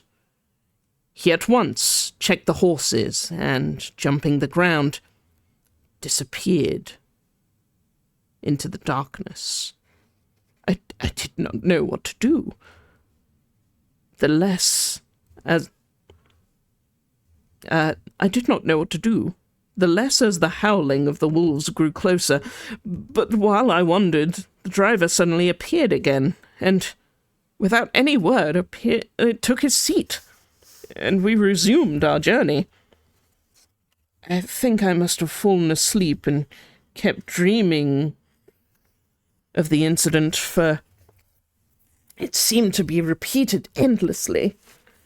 And now, looking back, it's sort of like an awful nightmare. Once the flame appeared so near to the road that even in the darkness around, I could watch the driver's motions. He went rapidly to where the blue flame rose. It must have been very faint, for it did not seem to illuminate the place around us at all. And gathering a few stones, formed them into some device. Once there appeared a strange optical effect, which he stood between me and the flame. He did not obstruct it, for I could see its ghostly flicker all the same.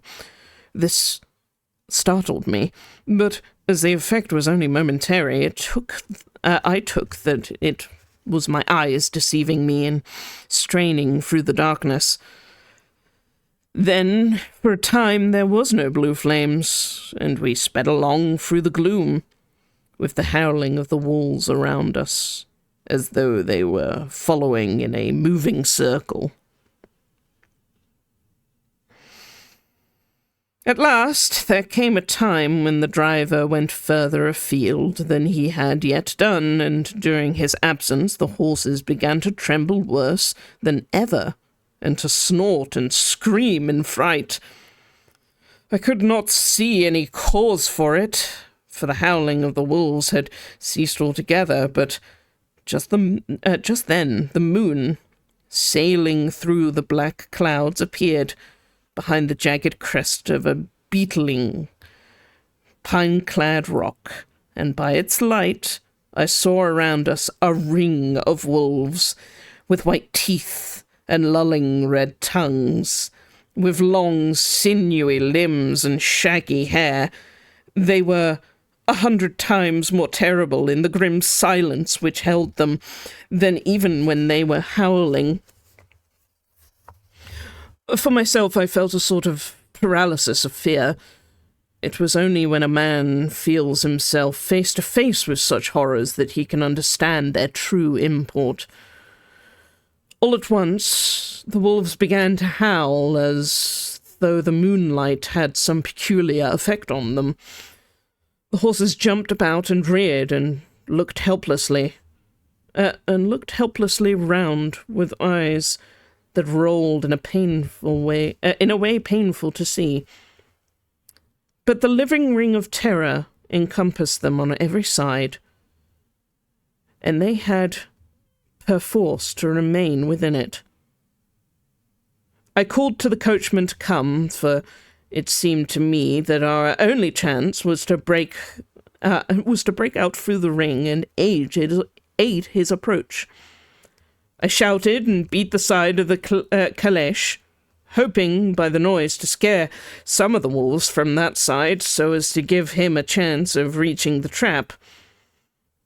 How he came there, I know not, but I heard his voice raised in a tone of imperious command, and looking toward the sound, I saw him stand in the roadway, as he swept his long arms as though brushing aside some impalpable obstacle.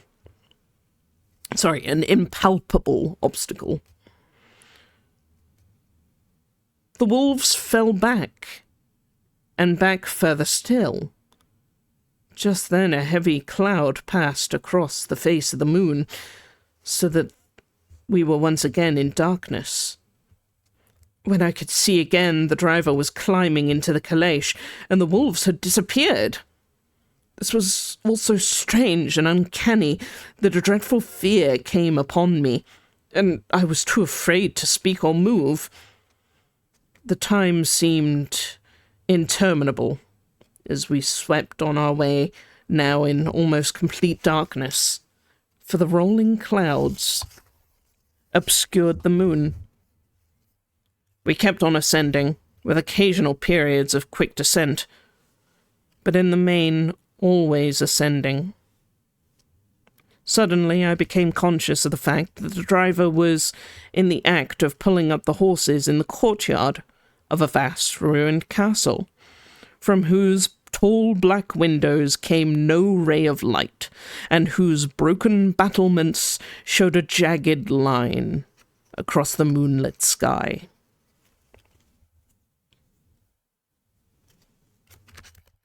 Chapter 2. Jonathan Harker's journal continued. And a little steppy for me.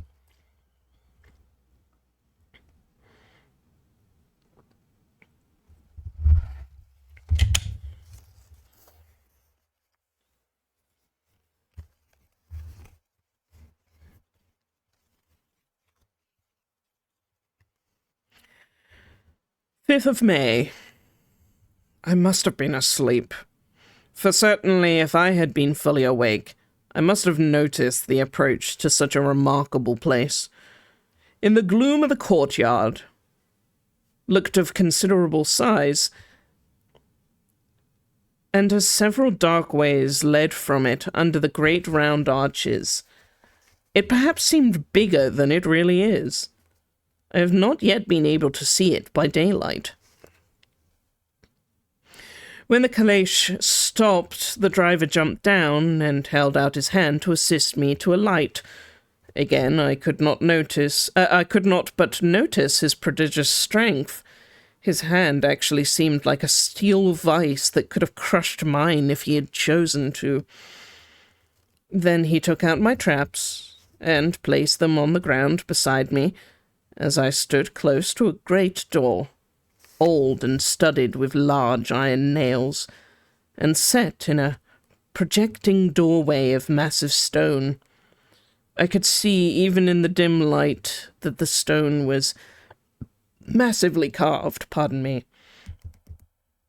that the carving had been much worn down by time and weather. As I stood, the driver again jumped into his seat and shook the reins. The horses started forward, and trap and all disappeared down one of the dark openings. I stood in silence where I was, for I did not know what to do. Of bell or knocker there was no sight, though these frowning walls and dark window openings, it was not likely that through these frowning walls and dark window openings, it was not likely that my voice could penetrate. The time I waited seemed endless, and I felt doubts and fears crowding upon me. What sort of place had I come to, and among what kind of people? What sort of grim adventure was it that I embarked upon? Was this a customary incident in my life, in the life of a solicitor's clerk sent out to explain the purchase of a London estate to a foreigner? Solicitor's clerk. Mina would not like that. Solicitor. For just before leaving London, I got the word that my examination was successful and that I was now a full-blown solicitor. I began to rub my eyes and pinch myself to see if I was awake. It all seemed like a horrible nightmare to me, and I expected that I should suddenly awake and find myself at home, with the dawn struggling in through the windows as if I had now and again felt in the morning after a day of overwork. But my flesh answered the pinching test, and my eyes were not deceived. I was indeed awake, and among the Carpathians. All I could do now was be patient and wait the coming of morning. Just as I had come to this conclusion, I heard a heavy step approaching behind the great door, and saw through the chinks of the gleam of a coming of light. Then there was the sound of rattling chains and the clanking of massive bolts drawn back. A key was turned with a loud grating noise of long disuse, and the great door swung back.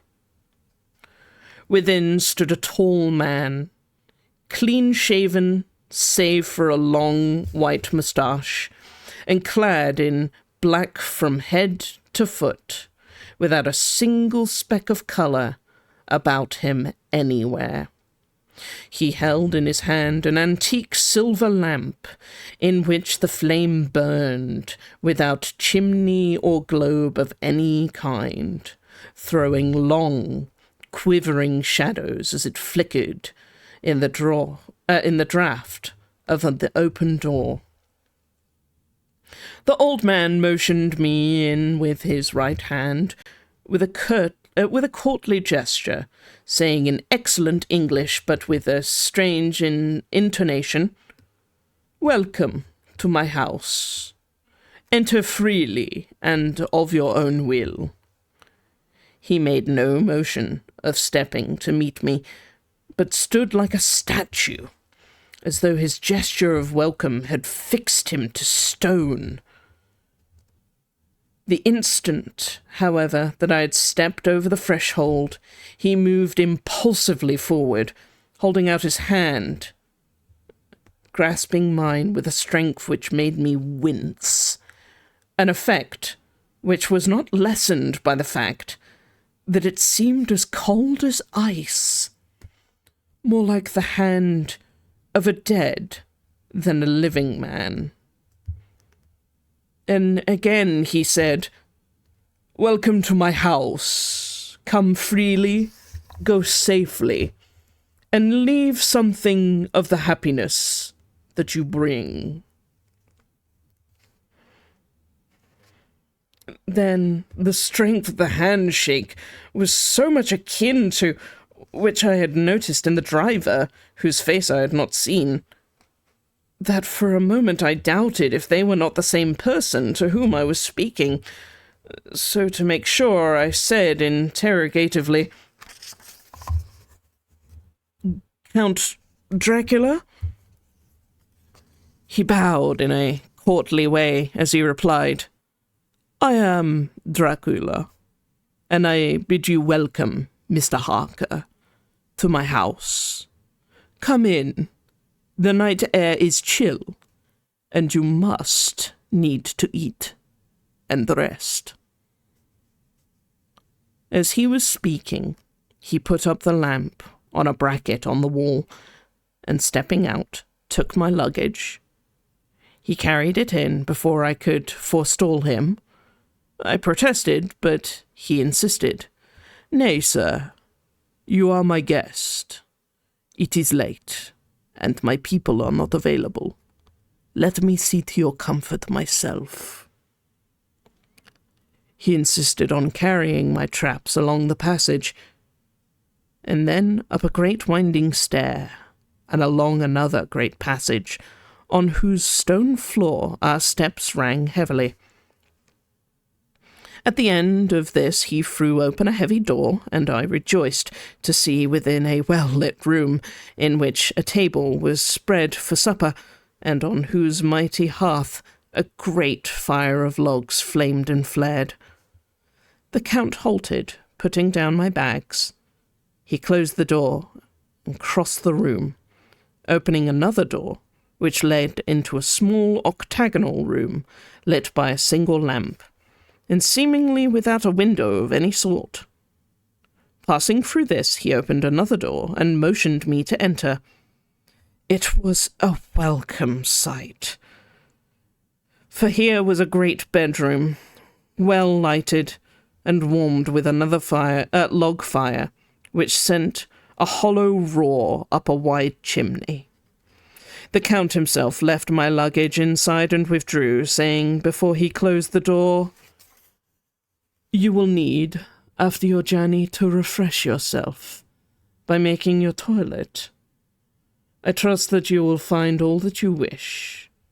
When you are ready, Come into the other room, where you will find your supper prepared. The light and warmth, and the Count's courteous welcome seemed to have dissipated all my doubts and fears. Having then reached my normal state, I discovered that I was half famished with hunger, so making a hasty toilet, I went to the other room. I found supper already laid out.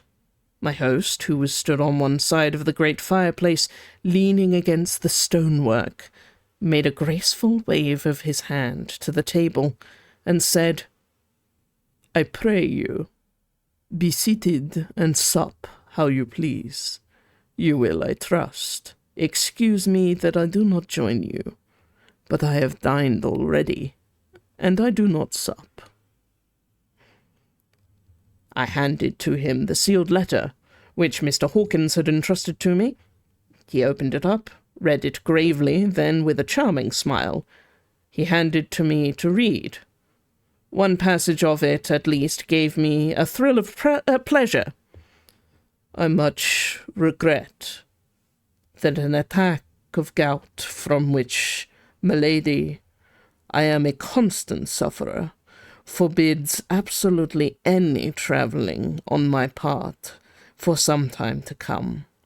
But I am happy to say that I can send a sufficient substitute, one in whom I have every possible confidence. He is a young man, full of energy and talent in his own way, and a very faithful disposition. He is discreet and silent, and has grown into manhood in my service. He shall be ready to attend you when you will he shall be willing to attend you when you will during his stay, and shall take your instructions in all matters." I'm hip with the kids, you see. I've acquired the knowledge of the word sup. Oh, this guy's being real weird about not eating this amazing food he's prepared. I guess he just already ate. It's fine.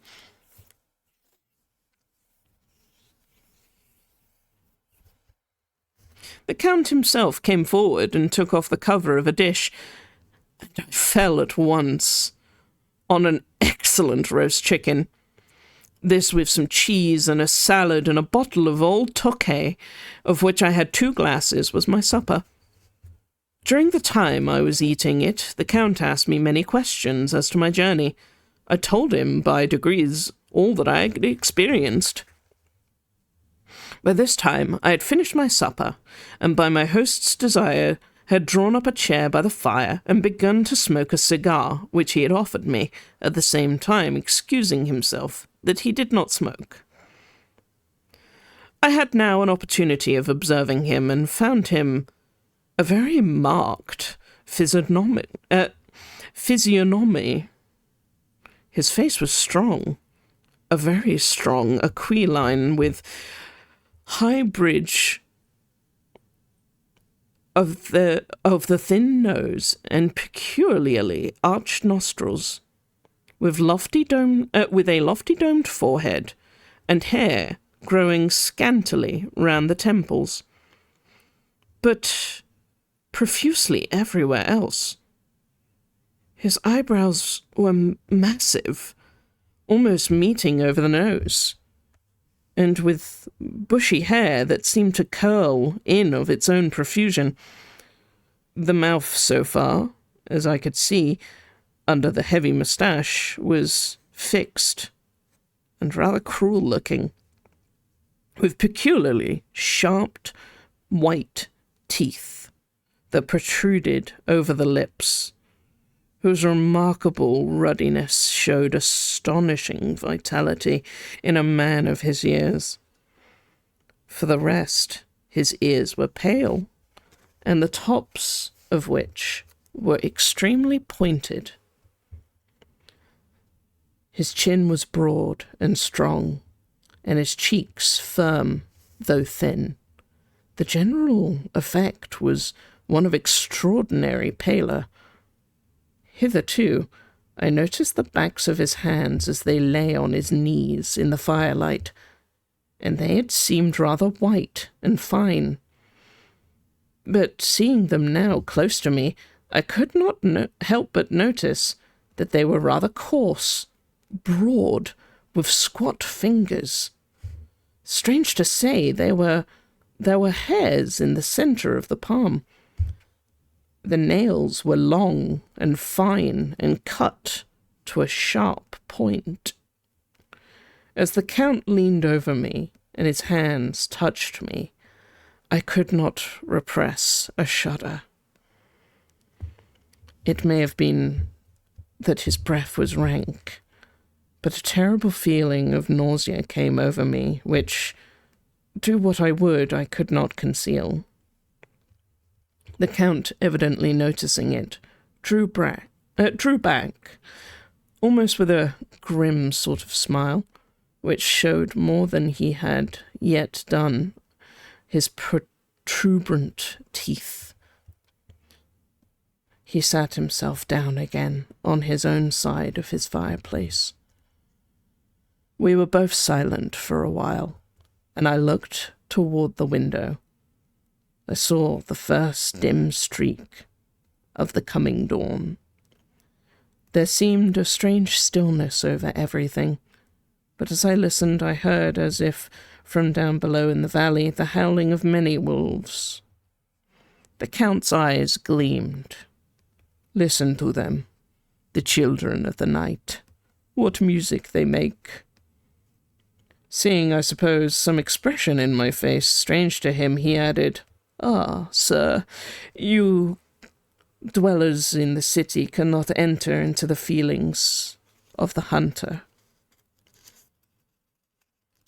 Then he rose and said, "But you must be tired.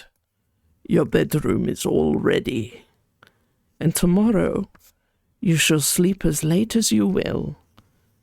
I have to do away until the afternoon, so sleep well and dream well." And with a courteous bow, he opened for me himself the door to the octagonal room, and I entered my bedroom. I am all in a sea of wonders. I doubt, I fear, I think strange things which I dare not confess to my soul. God keep me, if only for the sake of those dear me. The 7th of May. Yeah! Take care, San!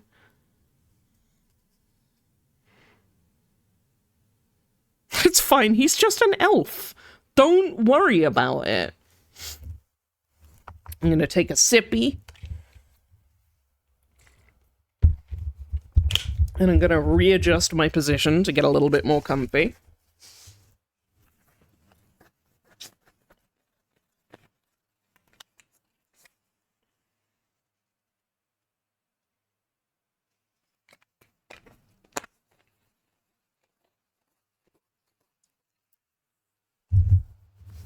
How you guys doing? You all enjoying this?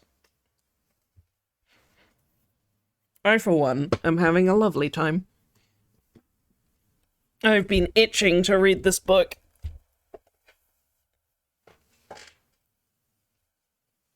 Oh, oh, oh, I turned round.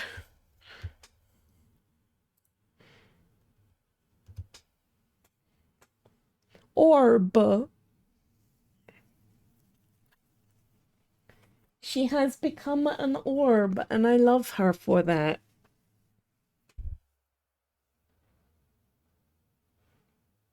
I think she's enjoying the reading too. Mm-hmm. She seems very comfy cozy.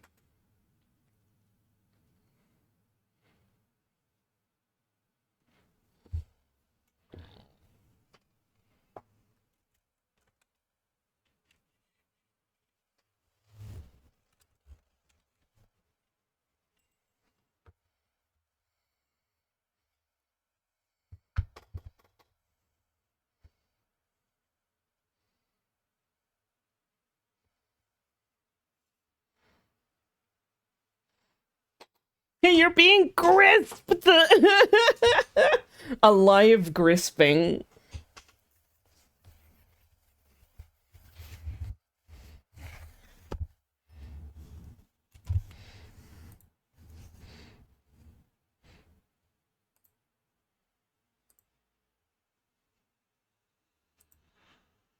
There we go. How about that?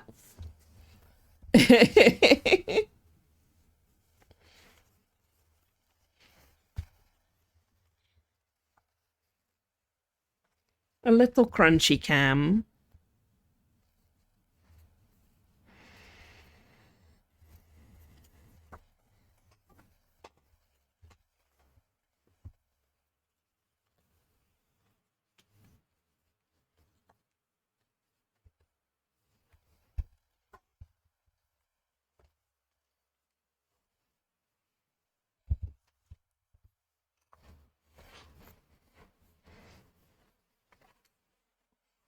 Yeah.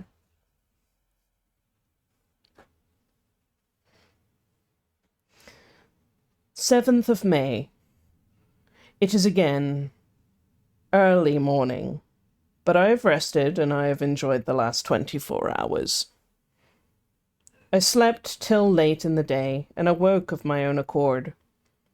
When I had dressed myself, I went into the room where we had supped, and I found a cold breakfast laid out, with coffee kept hot by the pot being placed on the hearth. There was a card on the table on which was written, "I have to be absent for a while. Do not wait for me. D." So I set to and enjoyed a hearty meal.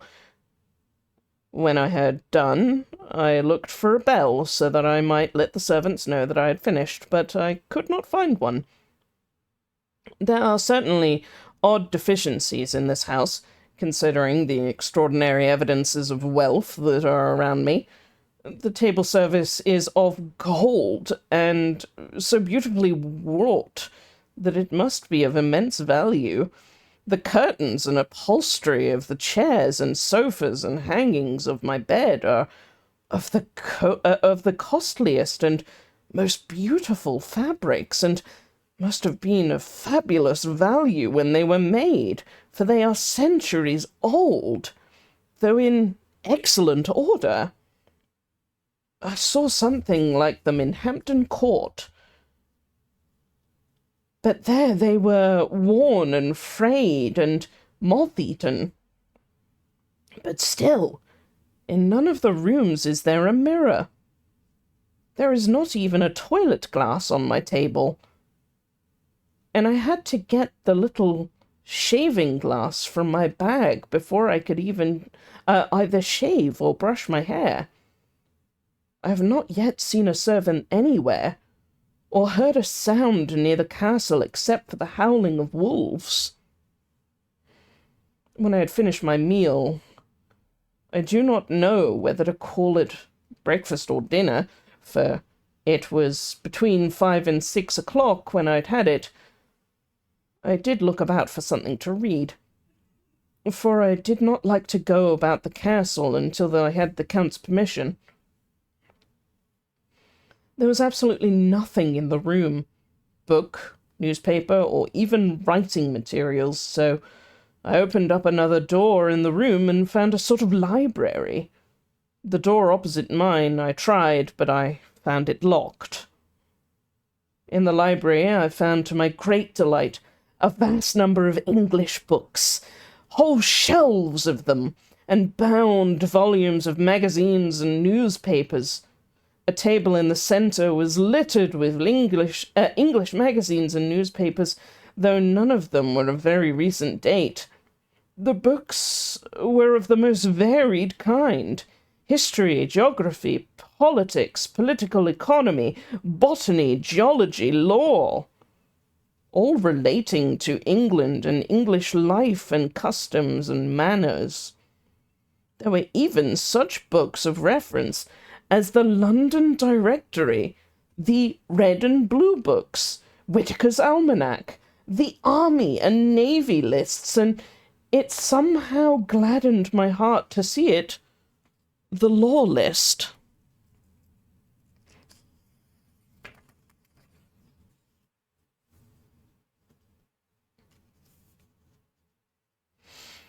While I was looking at the books, the door opened, and the Count entered.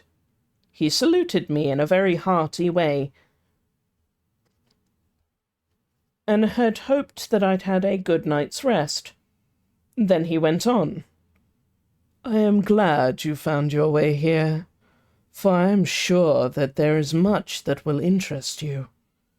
These friends, and he laid his hand on some of the books, have been very good friends to me for some years past, ever since I had the idea of going to London. They have given me many hours of pleasure, though through them I have come to know your great England, and to know her is to love her. I long to go through the crowded streets of your mighty London, to be in the midst of the whirl and the rush of humanity, to share in its life, its change, its death, and all that makes it what it is. But alas, as I only know your tongue through books, to you, my friend, I look that I know it to speak.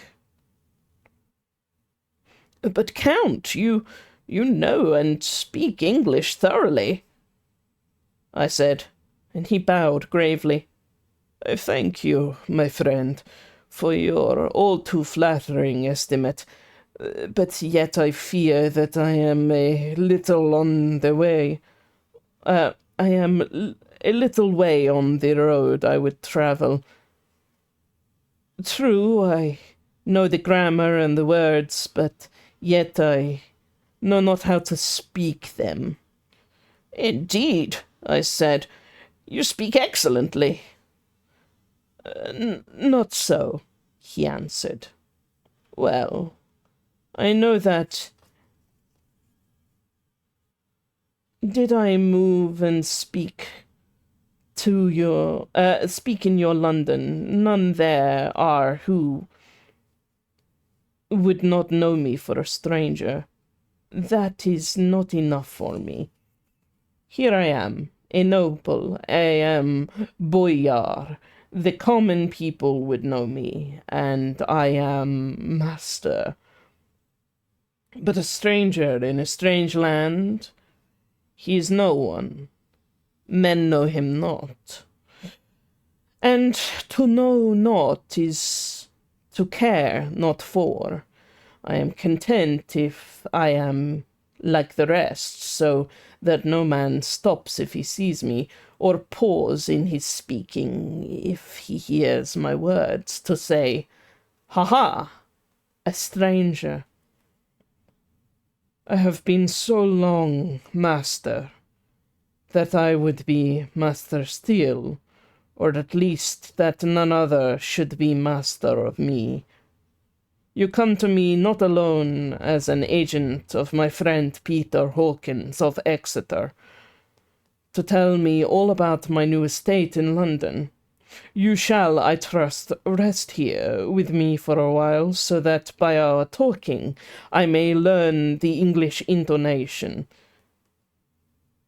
And I would that you tell me when I make an error, even of the smallest, in my speaking. I'm sorry that I had to be away so long today, but you will, I know, forgive one who has so many important affairs in his hand. Of course, I said all I could about being willing, and asked if I might come into the room when I choose, and he answered, yes, certainly, and added, you may go anywhere you wish in the castle, except where the doors are locked, where, of course, you will not wish to go. There is reason that all things are as they are. And did you see with my eyes and know with my knowledge, you would perhaps better understand. I was sure of this, and then he went on. We are in Transylvania, and Transylvania is not England. Our ways are not your ways, and there shall always, to you, be many strange things. Nay, from what you have told me of your experiences already, you know something of what strange things here may be. This led to much conversation, and as it was evident that he wanted to talk, if only for talking's sake, I asked him many questions regarding things that had already happened to me or come within my notice. Sometimes he sheered off the subject, or turned the conversation by pretending not to understand, but generally he answered all that I asked most frankly. Then, as time went on, and I had got somewhat bolder, I asked him of some of the strange things of the preceding night, as for instance, why the coachman went to the places where we had seen the blue flames. Was it indeed true that they showed where gold was hidden?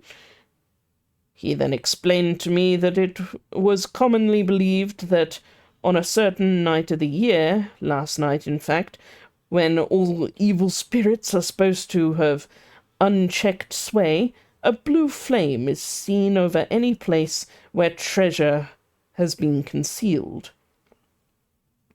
The treasure has been hidden, he went on, in the region through which you came last night. There can be little doubt, for it was ground forth over centuries by the Wallachian, the Saxon, and the Turk. Why, there is hardly a foot of soil in all this region that has not been enriched by the blood of men, patriots, or invaders. In old days, there were stirring times, when the Austrian and Hungarian came up in hordes, and the patriots went out to meet them, men and women, the aged, and the children too, and waited their coming on rocks above the passes, that they might sweep destruction on them with artificial avalanches.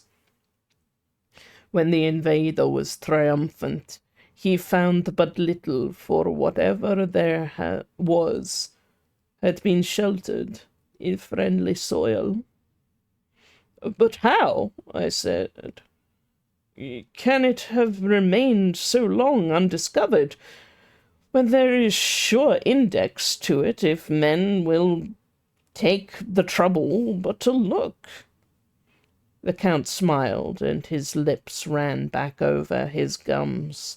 The long, sharp, canine teeth showed out strangely, and he answered, "Because your peasant is at heart a coward and a fool. The flames only appear on one night, and on that night no man of this land will, if he can help it, stir without his doors. And, dear sir, even if he did, would you not know what to do? Why, even the peasant that you tell me of who marked the place of flame would not know where to look in the daylight, even for his own work. You would not, I dare be sworn, be able to find these places again." "Ah, there you are right," I said. "I know no more than the dead where even to look for them." Then we drifted to our other matters. "Come," he said, at last, "tell me of London, of the house which you have procured for me." With an apology for my reminiscence, I went on into my own room to get the papers from my bag. While I was placing them in order, I heard a rattling of china and silver in the next room. As I passed through, noticed that the table had been cleared and the lamp lit, for it was by this time deep into the dark. The lamps were also lit in the study or library, and I found the Count lying on the sofa, reading, of all things in the world, an English Bradshaw's Guide. When I came in, he cleared the books and papers from the table, and with him I went into the plans and deeds and figures of all sorts. He was interested in everything, and he asked me a myriad of questions about the place and its surroundings. He clearly had studied beforehand all that he could get on the subject of the neighbourhood, for he evidently at this end knew very much more than I did. When I remarked, he answered, "Well, but my friend, is not needful that I should. When I go there, I shall be alone, and my friend, harka, Jonathan, nay, pardon me, I fall into my country's habit of putting your patronymic,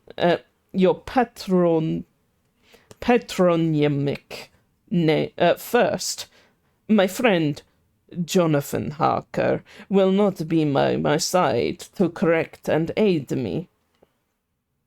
He will be in Exeter, miles away, probably working at papers of law with my other friend, Peter Hawkins. So we went thoroughly into the business of the purchase of the estate at Purfleet. When I told him the facts and got his signature to the necessary papers and had written a letter with them ready to post to Mr. Hawkins, he began to ask me how I had come across so suitable a place. I read to him the notes which I had made at the time, and which I inscribe here. At Purfleet, on a by-road, I came across such a place as seemed to be required, and where was displayed a dilapidated notice that the place was for sale. It is surrounded by a high wall of ancient structure, built on heavy stones, and has not been repaired for a large number of years. The closed gates were of heavy old oak and iron, all eaten with rust. The estate is called Carfax, no doubt a corruption of the old quarter-face, as the house is four-sided, agreeing with the cardinal points of the compass. It contains in all some 20 acres, quite surrounded by the solid stone wall above mentioned. There are many trees on it, which make in it places seem gloomy, and there is a deep, dark-looking pond or small lake, evidently fed by some springs, as the water is clear and flows away in a fair-sized stream. The house is very large, and of all periods back, I should say, to medieval times, for one part is stone immensely thick, with only a few windows high up, and heavily barred with iron. It looks like part of a keep, and is close to an old chapel or church. I could not enter it, as I had not the key of the door leading to it from the house, but I have taken with my Kodak views of it from various points. The house has been added to, but in a very staggering way, and I could only guess at the amount of ground it covers, which must be very great. There are but few houses close at hand, one being a very large house, only recently added to and formed into a private lunatic asylum. It is not, however, visible from the grounds.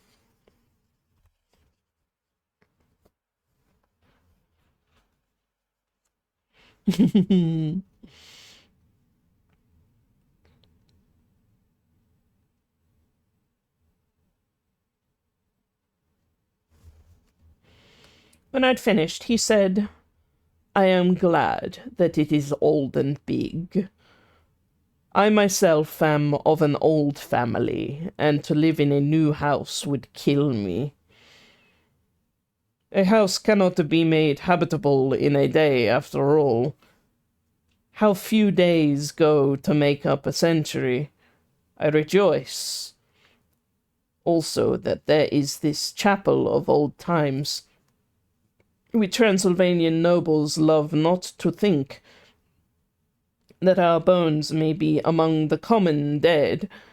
I seek not garrity or mirth, not the bright voluptuousness of much sunshine and sparkling waters which may pleasure the young and gay. I am no longer young, and my heart, though weary of mourning of years, through weary years of mourning over the dead, is not attuned to mirth. Moreover, the walls of my castle are broken. The shadows are many, and the wind breathes cold through the broken battlement and casings. I love the shade and the shadow, and would be alone with my thoughts when I may. Somehow his words and his look did not seem to accord, or else it was his cast face made his smile look malignant and saturine. Presently, with an excuse, he left me, asking me to put all my papers together. He was some little time away, and I began to look at some of the books around me. One was an atlas, which I found opened naturally at England, as if the map had been much used. On looking at it, I found certain places, little rings marked, and on examining these I noticed that one was near London on the east side, manifestly where his new estate was situated. The other two were Exeter and Whitby on the Yorkshire coast.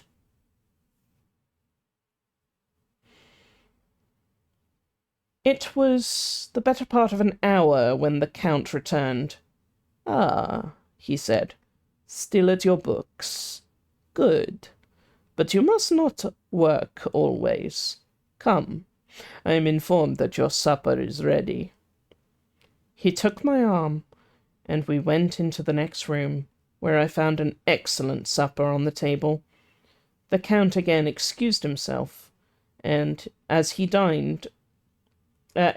dined out on his way, the Count again excused himself, as he had dined out on his being away from home. But he sat, as on the previous night, and chatted while I ate.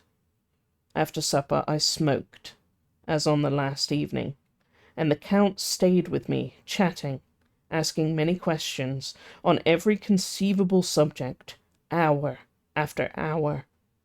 I felt that it was getting very late indeed, but I did not say anything, for I felt under obligation to meet my host's wishes in every way.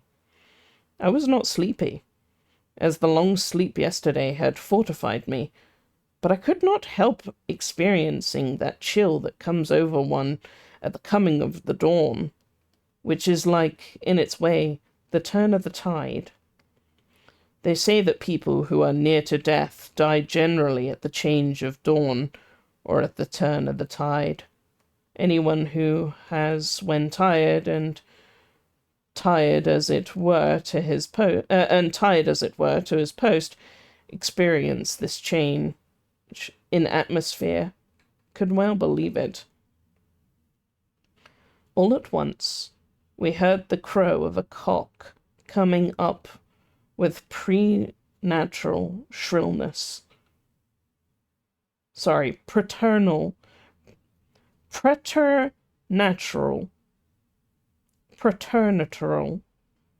shrillness through the clear morning air.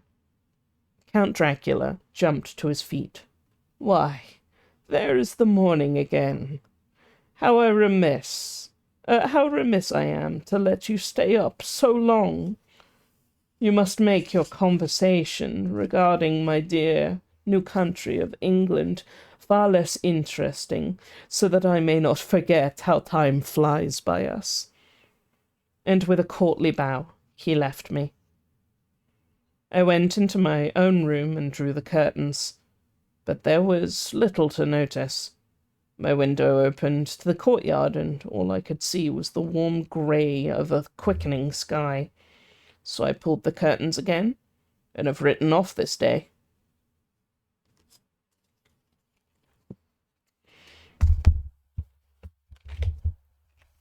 Yeah, it's an odd word. Also, sorry to everybody that I missed that ad break. Oopsies.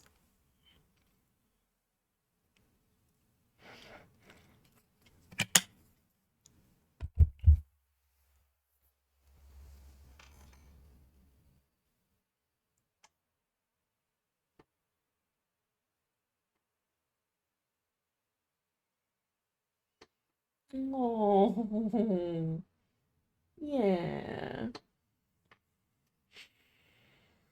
She is a baby.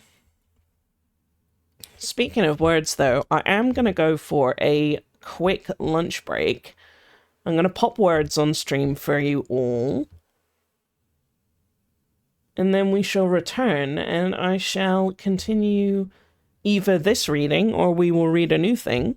Totally up to you guys. But yeah, let me change over. I'll pause this. Pop on the other tunes.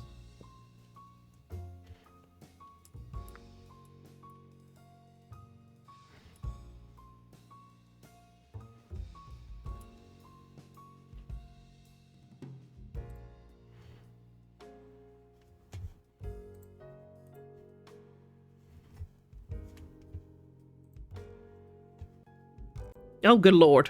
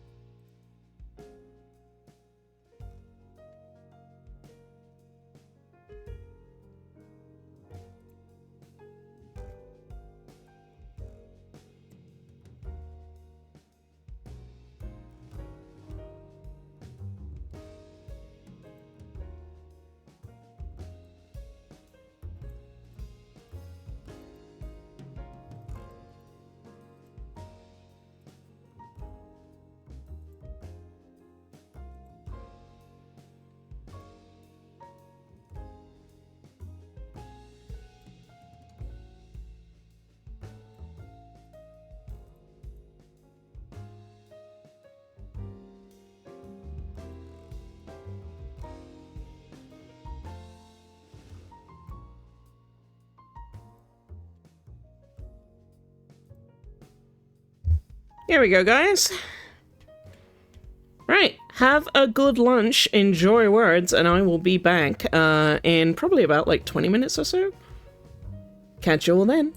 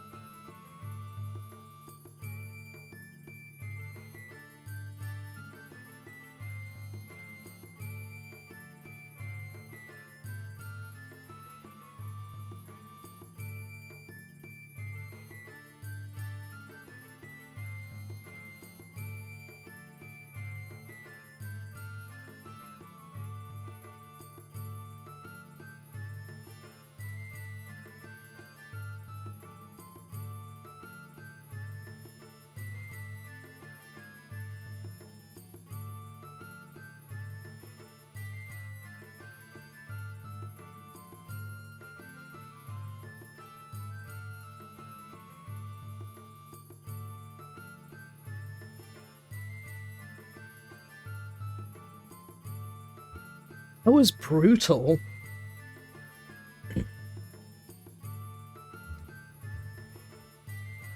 Absolute brutality.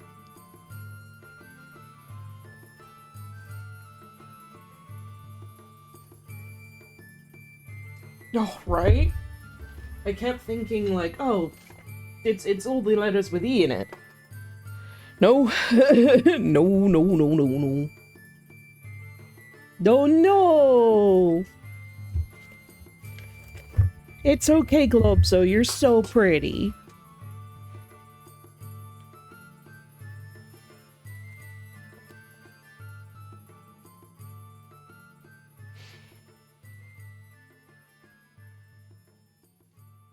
Lovesick! Hello! How are you?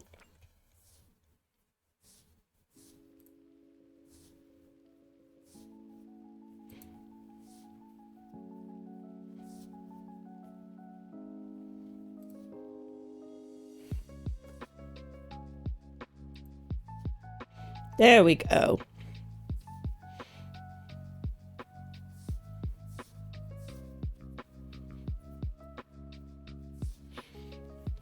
Oh, Kat, I'm honestly glad to hear that because, like, what a palaver otherwise.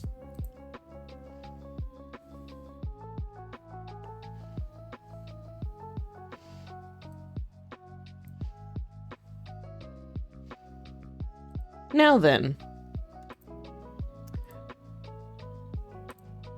Y'all have got a choice. Do we continue on with reading Dracula, or do we spin the wheel again and read something else?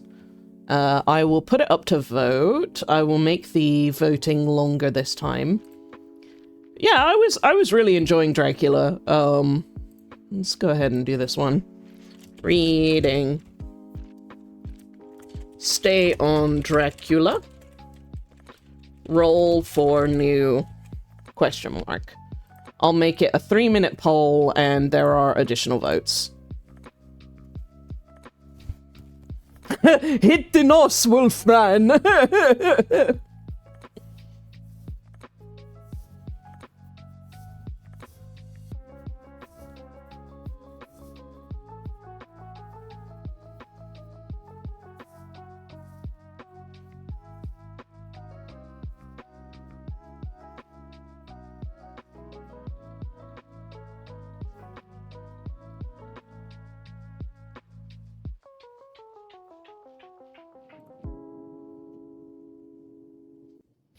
Oh, it's close.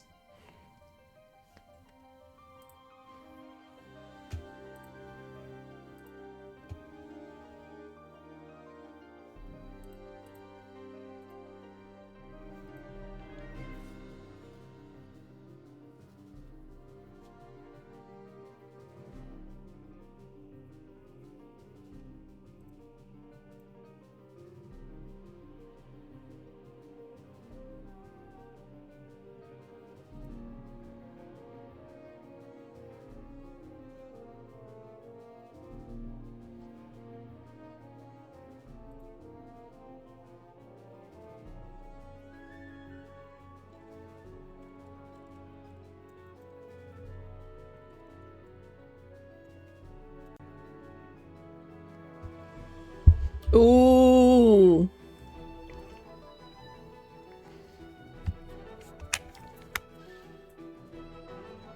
Yeah, no, honestly though, like, relax as much as you can, Globso. It sounds like so much.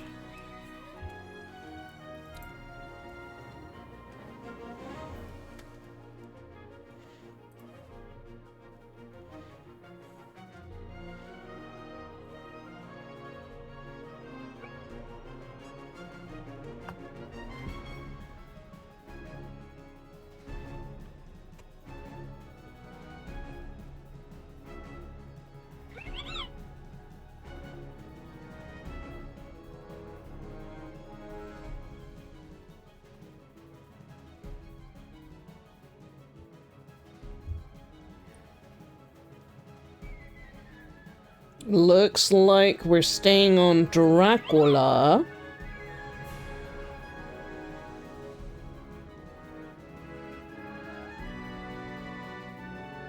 Unless there are any last-minute voters. Track.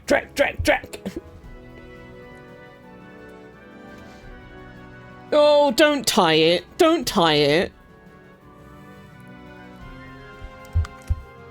Oh, last-minute votes. Roll for new.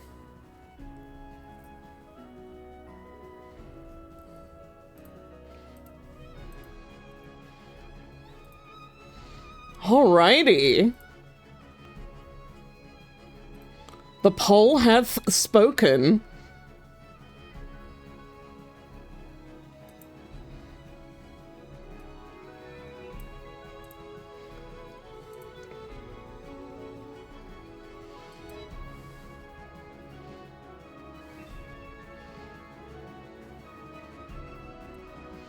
Okay, so far on here we've got two of the ones from the suggested.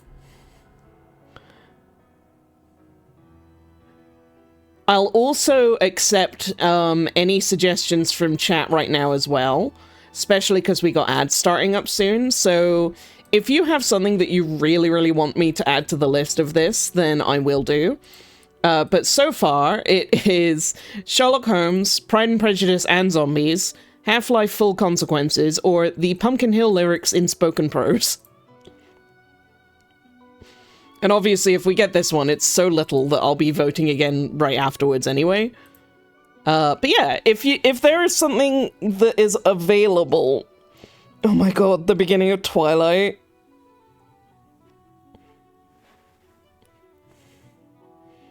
No, exactly.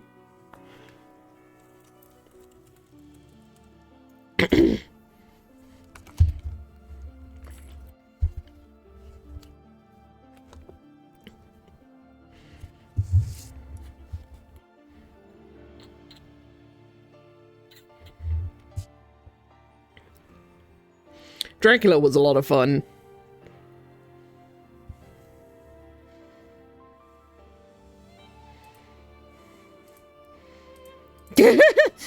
Hi, I'm Twitch streamer _Dupas, and I am a joy to be around, and my friends cherish me, and I am a treasure to my community. Wow. Yeah, we can do that. Yeah. Anybody else got any suggestions?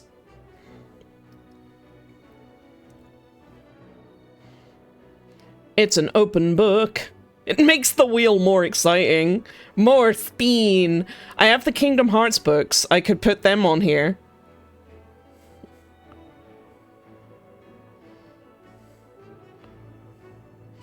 Y or N. I also have Moomin books. Oh, I do have a Moomin book, actually.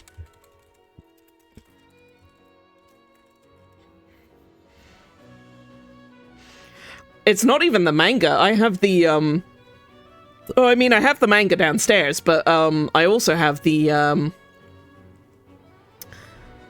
Oh god, what's it called? The novels of the Kingdom's Hearts.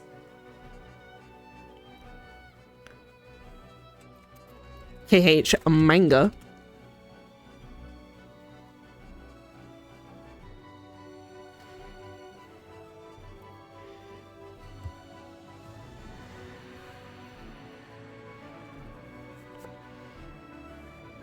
Any other suggestions? I will keep the suggestions floor open until ads are over, and then after ads we'll spin.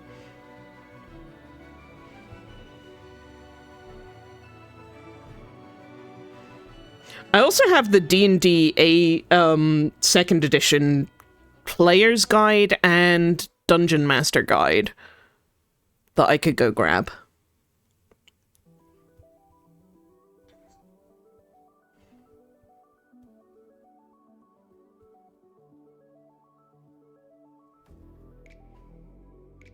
No.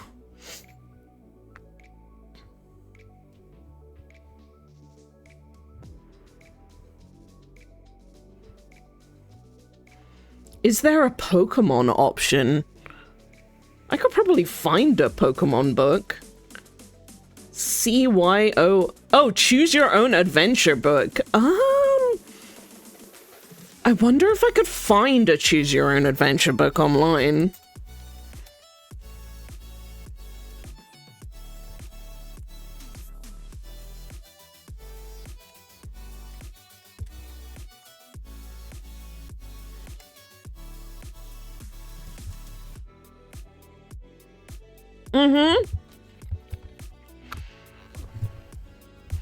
Oh my god, I do have... If not a choose your own adventure book, I do have a Sherlock board game downstairs that's kind of a choose your own adventure book. Yeah! Kitten!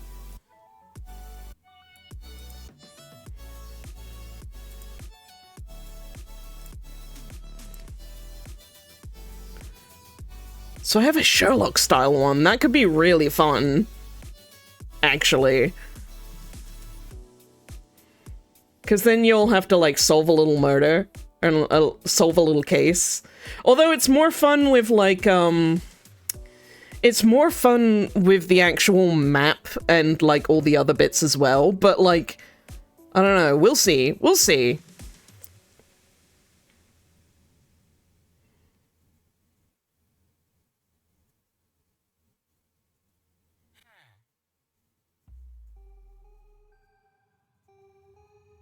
I also have House of Leaves downstairs, though I'm not sure that that would make for excellent reading on stream, but I guess the prologue of House of Leaves would be the setup. Put it on the list. All right. Like, it doesn't get fucky in the beginning, so...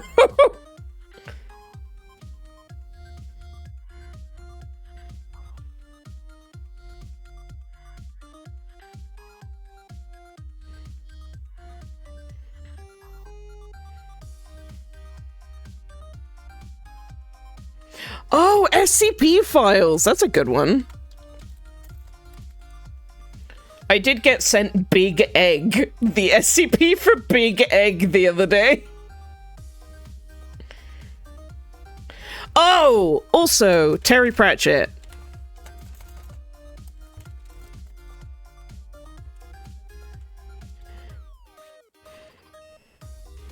I could do The Color of Magic. I'm pretty sure I have that. And or can find it. Teehee.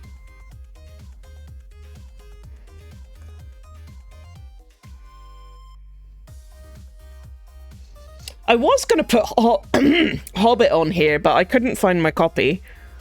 It's clearly in our box somewhere. And the only copy that I have is in Finnish. And I don't know how to speak in Finnish.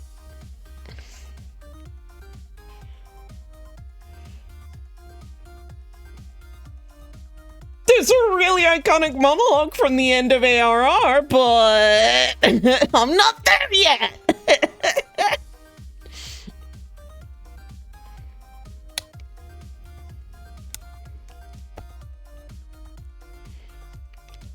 Okay. Not yet, kitten.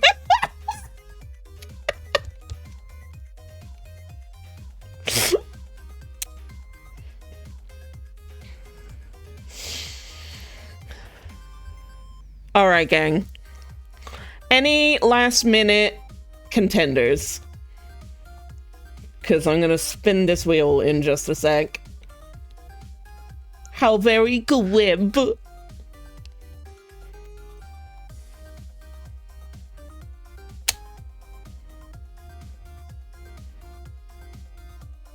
Spin that wheel! And as always, you're all going to get one reroll if you wish. Oh my god. We were so close to Sherlock Holmes. We were so close. So it's Pride and Prejudice and zombies.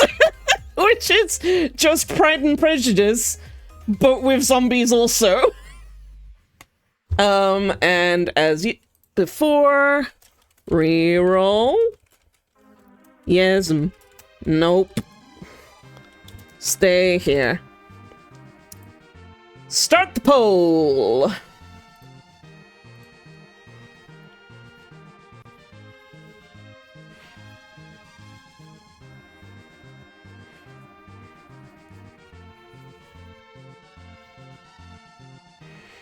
Can you bank the reroll if you don't use it later?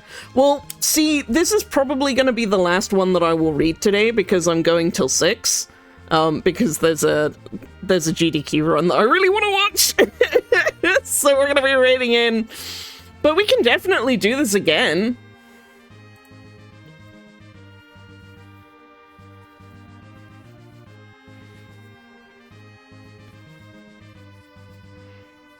Okay, Pride and Prejudice heads, if you want to keep it here, you have to make sure that your vote counts. Joanna, hello! And for anybody else who really wanted something else on the list, then please go ahead and make your votes known. You got 3 minutes. This is Democracy Manifest. Oh, it's a tight run. We got people voting from either side. Oh, but Pride and Prejudice is taking the lead. And zombies. It's time to doop. It's time to doop. I don't know if they're working today. And I can't be bothered to fix it if they're not. No AO3 in here. Nobody suggested it.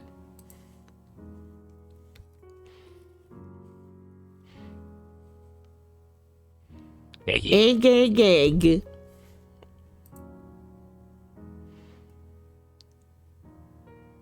Oh my god, I had the schedule up earlier. I did really want to watch this, but like it's gone. It's gone. But it's the UFO 50 run. I super want to jump into. So we'll be reading in at 6 o'clock into GDQ. And then afterwards, it's a bunch of really good things. And it looks like there's also a bonus. Let's UF go to the polls.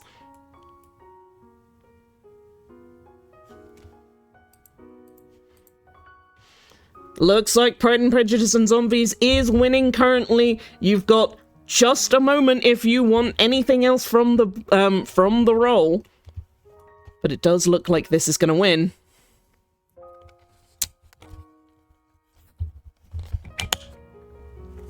And it's Pride and Prejudice and Zombies. Alrighty, gang. Captain.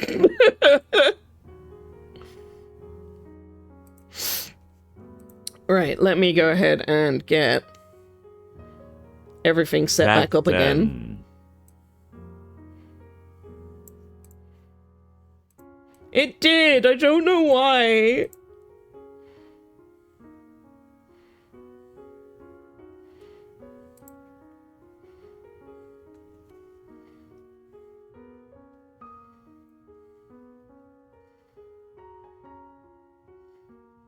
She's still here. She's still here. Yeah. You lost Dracula, you were not losing Pride and Prejudice and Zombies. Which again is a physical book that I have. That's very silly.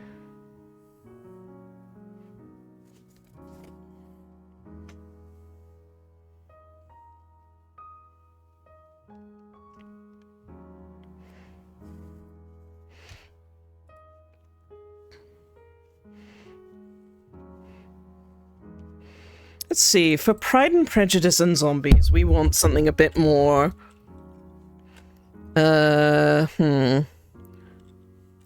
Victorian...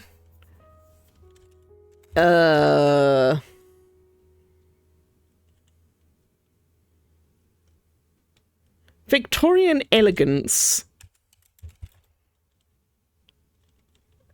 Music. Something like the French Revolution. Dark, elegant classical music. Dark academia. No, that was all... We don't want it to be dark. You're a romantic daydreaming in the 19th century, a playlist.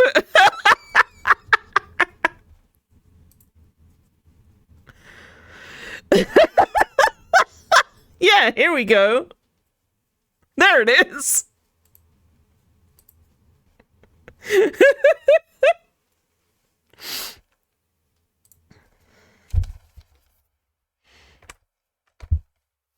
Not Victorian, but Georgian Regency. Yes, but I know what people are like and what they will name the playlists.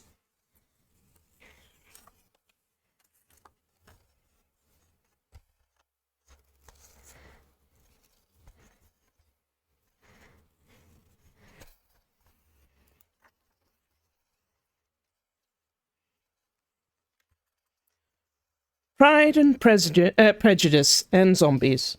The classic Regency romance, now with ultra-violent zombie mayhem.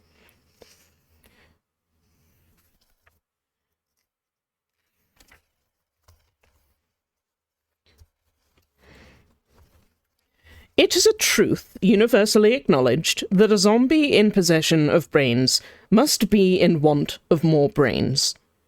Never was this truth more plain than during the recent attacks at Netherfield Park, in which a household of 18 was slaughtered and consumed by a horde of the living dead. "My dear Mr. Bennet," said his lady to him one day, "have you heard that at Netherfield Park is occupied again?" Mr. Bennet replied that he had not, and went about his morning business of dagger sharpening and musket polishing, for attacks by the unmentionables had grown alarmingly frequent in recent weeks.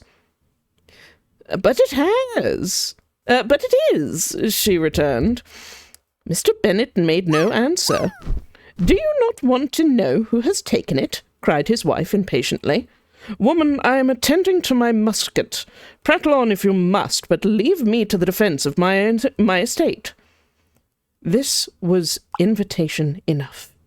"Why, my dear Mrs. Long says that Netherfield is taken by a young man of large fortune, that he escaped London in a chaise, and just as strange plague broke... in a chase, and just as the strange plague broke through the Manchester line." "What is his name?" "Bingley, a single man of 4,000 or 5,000 a year. What a fine thing for our girls!"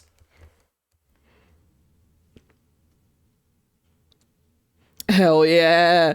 Hell yeah! Look at that hexbug drop! "How so? Can he train them in the ways of swordsmanship and musketry?" "How can you be so tiresome? You must know that I'm thinking of his marrying one of them." "Marriage? In the times such as these? Surely this Bingley has no such designs." "Designs? Nonsense! How can you talk so? It is very likely that he may fall in love with one of them, and therefore you must visit him as soon as he comes." "I see no occasion for that. And besides, we mustn't busy the roads more than is absolutely necessary, lest we lose more horses and carriages to the unfortunate scourge that has so troubled our beloved Hertfordshire of late. But consider your daughters." I am considering them, silly woman. I would much prefer their minds be engaged in the deadly arts than clouded with dreams of marriage and fortune, as your own so clearly is. Go and see this Bingley, if you must, though I warn you that none of our girls has much to recommend them. They are all silly and ignorant like their mother, the exception being Lizzie, who has something more of a killer instinct than her sisters. Mr. Bennet, how can you abuse your own children in such a way? You take delight in vexing me. You have no compassion for my poor nerves. You mistake me, my dear. I have high respect for your nerves. They are my old friends. I have heard of little else these last 20 years, at least. Mr. Bennet was an odd mixture of quick parts, sarcastic humour, reserve, and self-discipline. That the experience of 23 years had been insufficient to make his wife understand his character. Her mind was less difficult to develop. She was a woman of mean understanding, little information, and uncertain temper.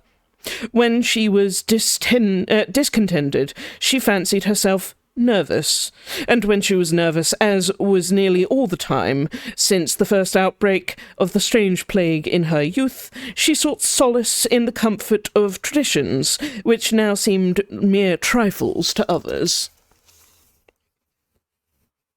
The business of Mr. Bennet's life was to keep his daughters alive. The business of Mrs. Bennet's was to get them married. Chapter 2. Mr. Bennet was among the earliest of those who waited on Mr. Bingley. He had always intended to visit him, though to the last always assuring his wife that he should not go until the evening after the visit was paid. She had no knowledge of it. It was then disclosed in the following manner. Observing his second daughter employed in carving the Bennet crest in the handle of a new sword, he suddenly addressed her with, "I hope Mr. Bingley will like it, Lizzie. We are not in a way to know what Mr. Bingley likes," said her mother resentfully, "since we are not to visit." "Oh, but you forget, mamma," said Elizabeth, "that we shall meet him at the next ball." Mrs. Bennet deigned not to make any reply, but, unable to contain herself, began scolding one of her daughters.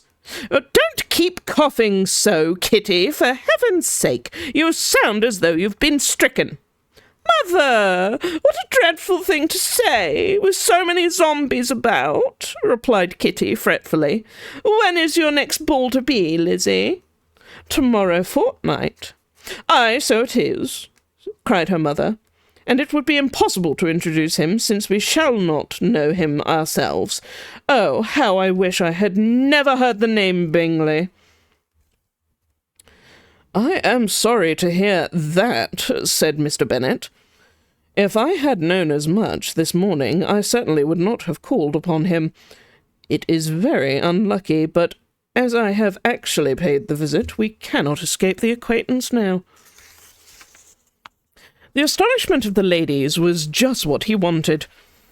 That of Mrs. Bennet perhaps surpassing the rest, though, when the first tumult of joy was over, she began to declare that it was what she had expected the whole time. "How good of you it was, my dear Mr. Bennet! But I knew that I should persuade you at last.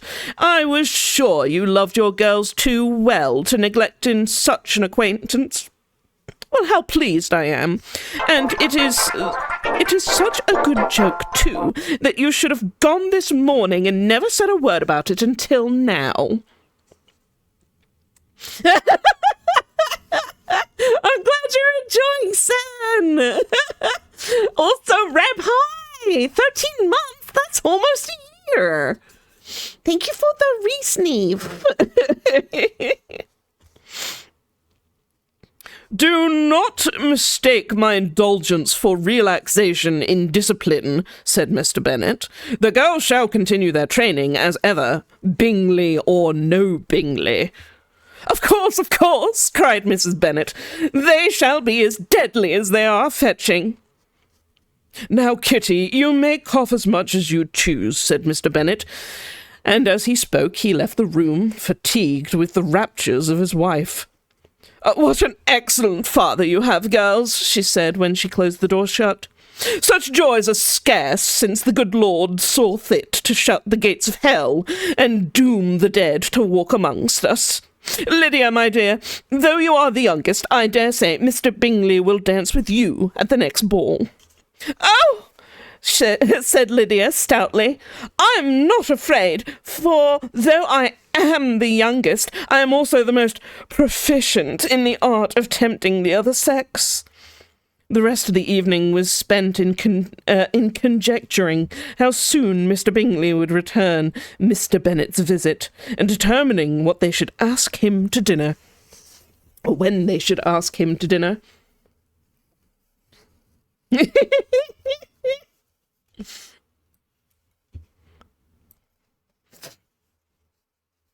Chapter 3. Not all that Mrs. Bennet, however, Mrs. Bennet, however, with the assistance of her 5 daughters, could ask on the subject was sufficient to draw from her husband any satisfactory description of Mr. Bingley. They attacked him in various ways, with barefaced questions, ingenious suppositions, and distant surmises, but he eluded the skill of all of them, and they were at last obliged to accept the second-hand intelligence of their neighbour, Lady Lucas. Her report was highly favourable. Sir William had been delighted with him. He was quite young, wonderfully handsome, and, to crown the whole, he was meant to be at the next ball with a large party. Nothing could be more delightful. If I can but see one of my daughters happily settled at Netherfield, said Mrs. Bennet to her husband, and all the others equally well married, I shall have nothing to wish for. And if I can see all 5 of them survive England's present difficulties, then neither shall I, he replied. In a few days Mr. Bingley returned Mr. Bennet's visit, and sat about 10 minutes with him in his library. He had entertained hopes of being admitted to the sight of the young ladies, of whose beauty and fighting skill he had heard much of, but he saw only the father. The ladies were somewhat more fortunate, for they had the advantage of ascertaining from an upper window that he wore a blue coat, rode a black horse, and carried a French carbine rifle upon his back. Quite an exotic weapon for an Englishman.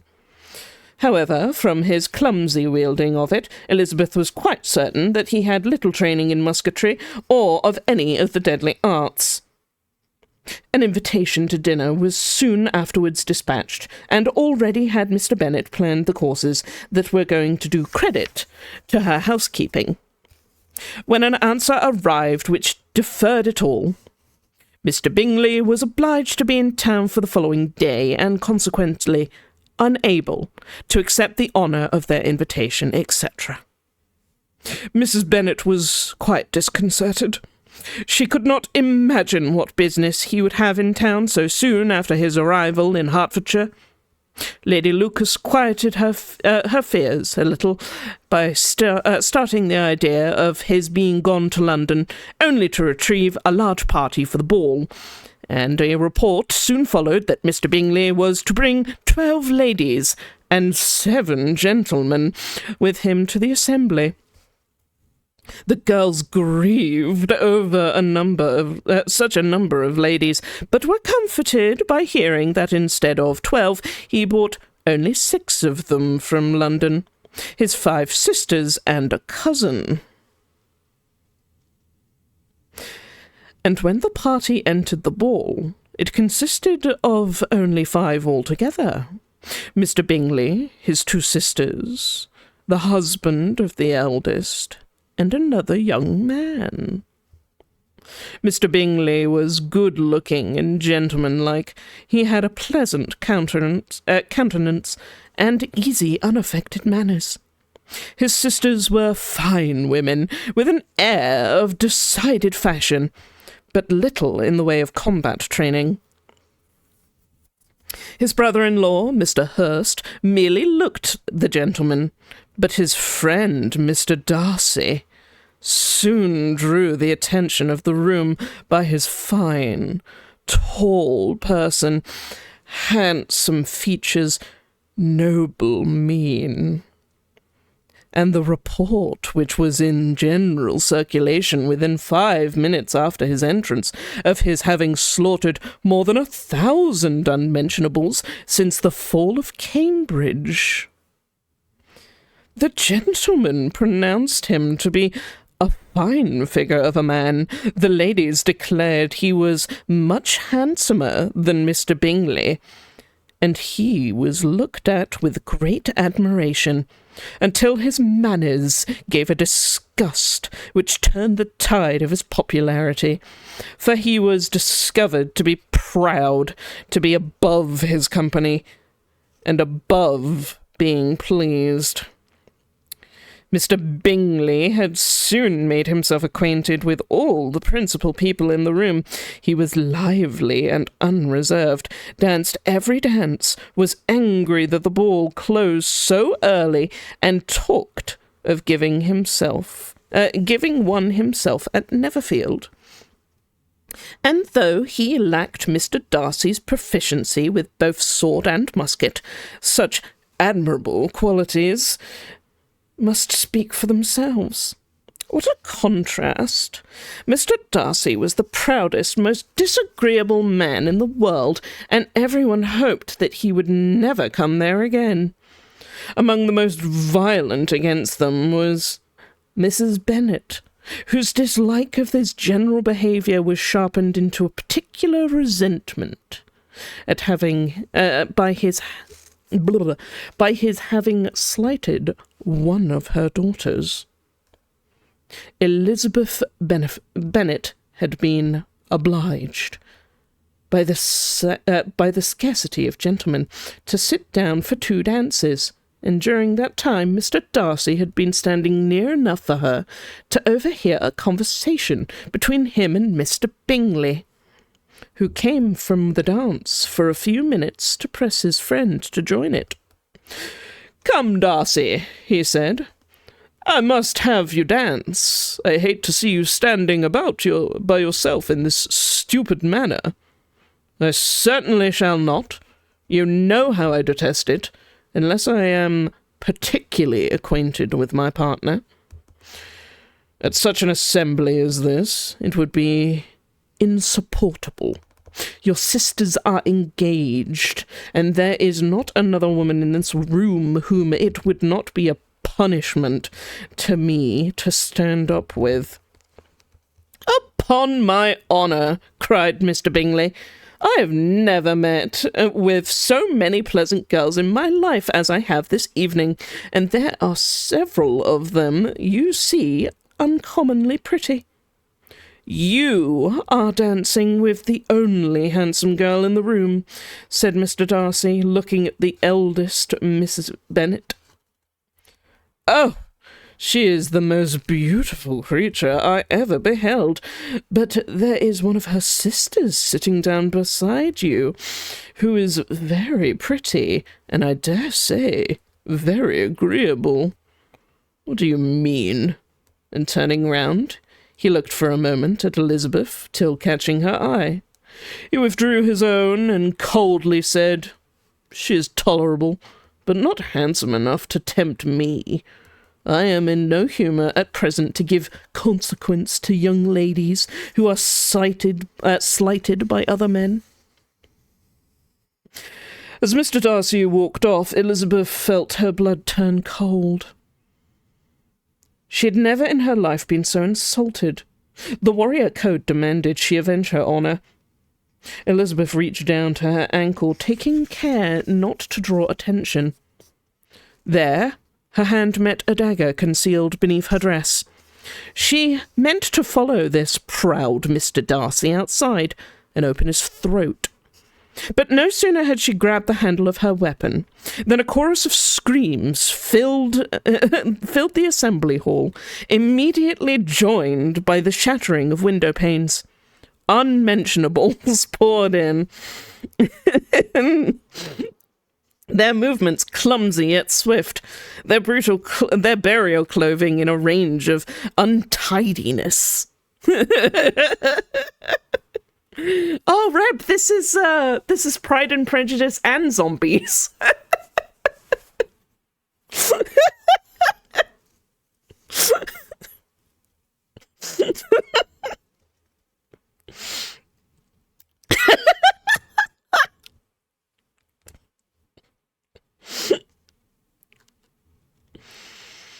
Some wore gowns so tattered as to render them scandalous.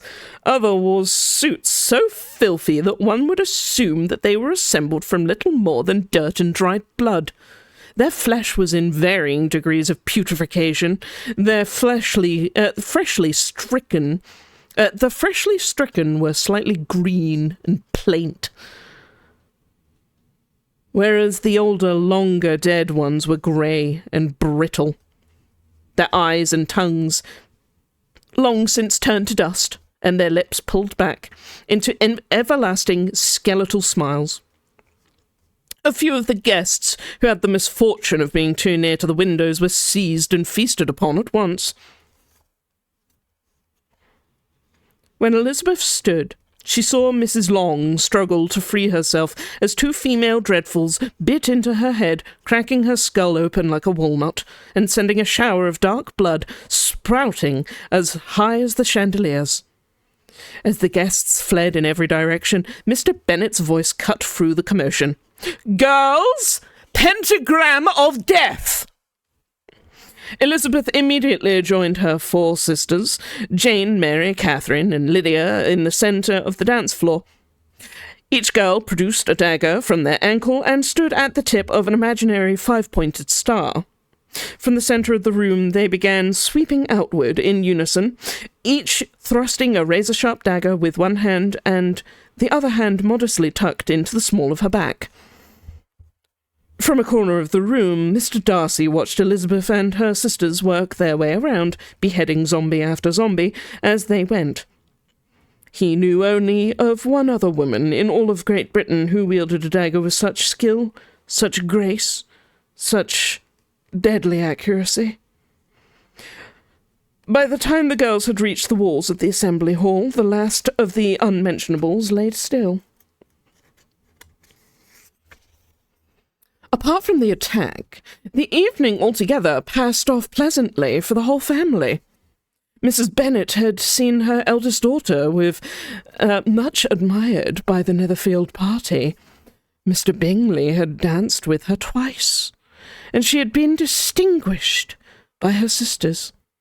Jane was as much gratified by this as her mother could be, though in a quieter way. Elizabeth felt Jane's pleasure. Mary had heard herself mentioned to Miss Bingley as the most accomplished girl in the neighbourhood, and Catherine and Lydia had been fortunate enough never to be without partners, which was all that they had learnt to care for at the ball. They returned, however, in good spirits to Longbourn, the village where they lived, and of which they were principal inhabitants. Sippy break.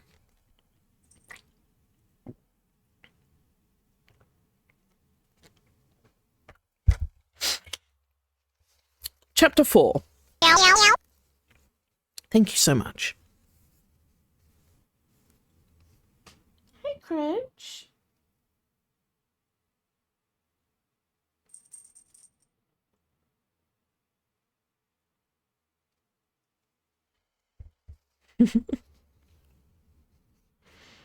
Yeah, cleaning.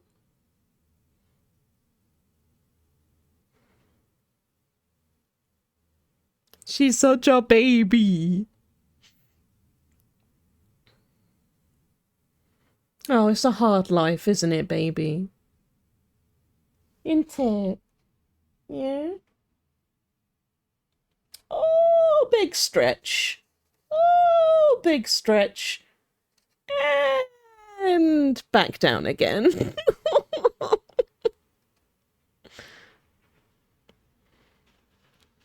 Oh. Oh. Finding the comfy bit. Yeah.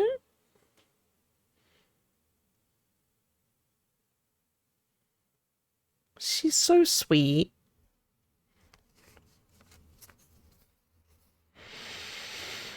Chapter 4. When Jane and Elizabeth were alone, the former, who had been cautious in her praise of Mr. Bingley before, expressed to her sister how very much she admired him. "He is just as what a young man ought to be," she said. "Sensible, good-humoured, lively, and I never saw such happy manners." Oh my goodness! It's Aphrodite and friends! Welcome in! Can I please get a shout out for our lovely friend, Space Cadet Aphrodite? Raiders, welcome, welcome. We are doing a dramatic reading as a prize for reaching 10k on the PILKMAS charity marathon. And we're currently reading Pride and Prejudice and Zombies. We will be raiding out ourselves close to 6 o'clock, so you've got about 20-odd minutes left of this book. So if you feel like joining in, my name is The Dupus. I also go by Dupe. My pronouns are any, all, and I am the gender-fluid omnisexual wonder dog. I stream here on Twitch on Mondays, Wednesdays, maybe Fridays, and maybe Saturdays now, I don't know. And I also am a player in a TTRPG on Thursdays over at Red Goblin Splash's channel. If you do need to raid and run, then absolutely please feel free to do so. But yes, we're going to continue swiftly into... UFO just started? That's early?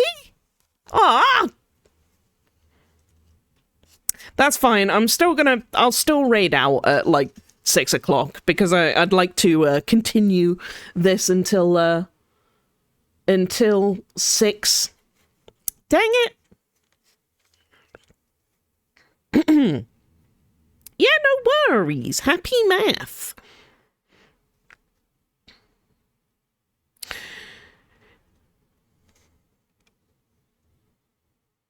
Oh, okay. Yeah, you're a VIP. Absolutely.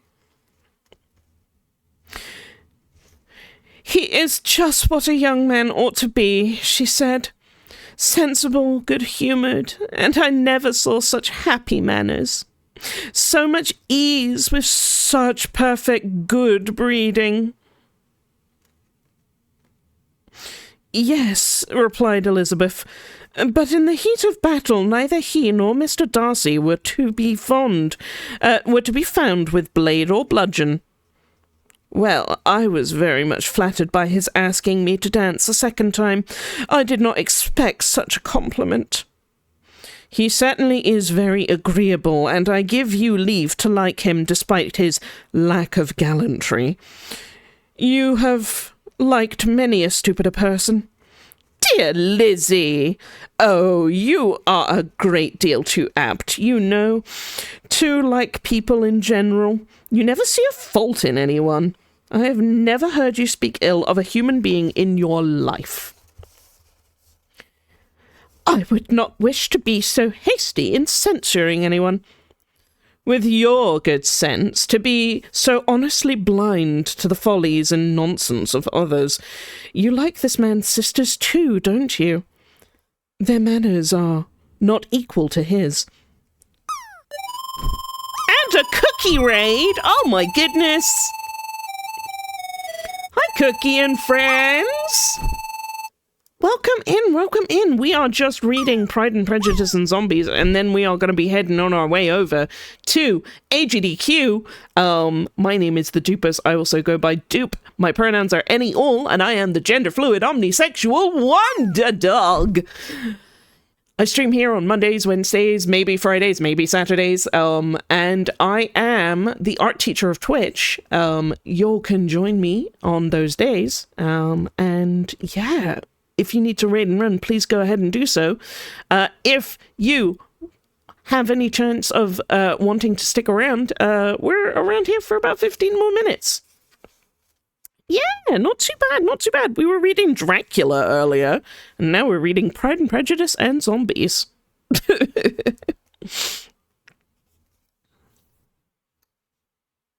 Oh, Twitch has unfollowed me. How rude. How very rude. They were, in fact, very fine ladies, not deficient in the power of making themselves agreeable when they chose it, but proud and conceited. They were rather handsome, had been educated in one of the first private seminaries in town, but knew little of the deadly arts, in which she and her own sisters had been so thoroughly trained, both in England and during their trips to the Orient. As for Mr. Bingley himself, between him and Darcy there was a very steady friendship, in spite of great opposition of character. Bingley was by no means deficient, but Darcy was clever. He was not at the same time haughty, reserved, and fastidious, and his manners, though well-bred, were not inviting. In that respect, his friend had greatly the advantage. Bingley was sure of being liked wherever he appeared. Darcy was continually giving offence. But what no one, not even Mr. Bingley, knew was the reason behind Darcy's cold demeanour. For until recently he had been the very picture of pleasantry, a young man of merry disposition and utmost attractiveness. But his nature had been forever altered by a betrayal he had not the stomach to speak of. Chapter 5. Within a short though perilous walk of Longbourn lived a family with whom the Bennets were particularly intimate. Sir William Lucas had been formerly a maker of fine burial gowns of such stately beauty that the king had seen fit to knight him. He had made a tolerable fortune until the strange plague had rendered his services unnecessary.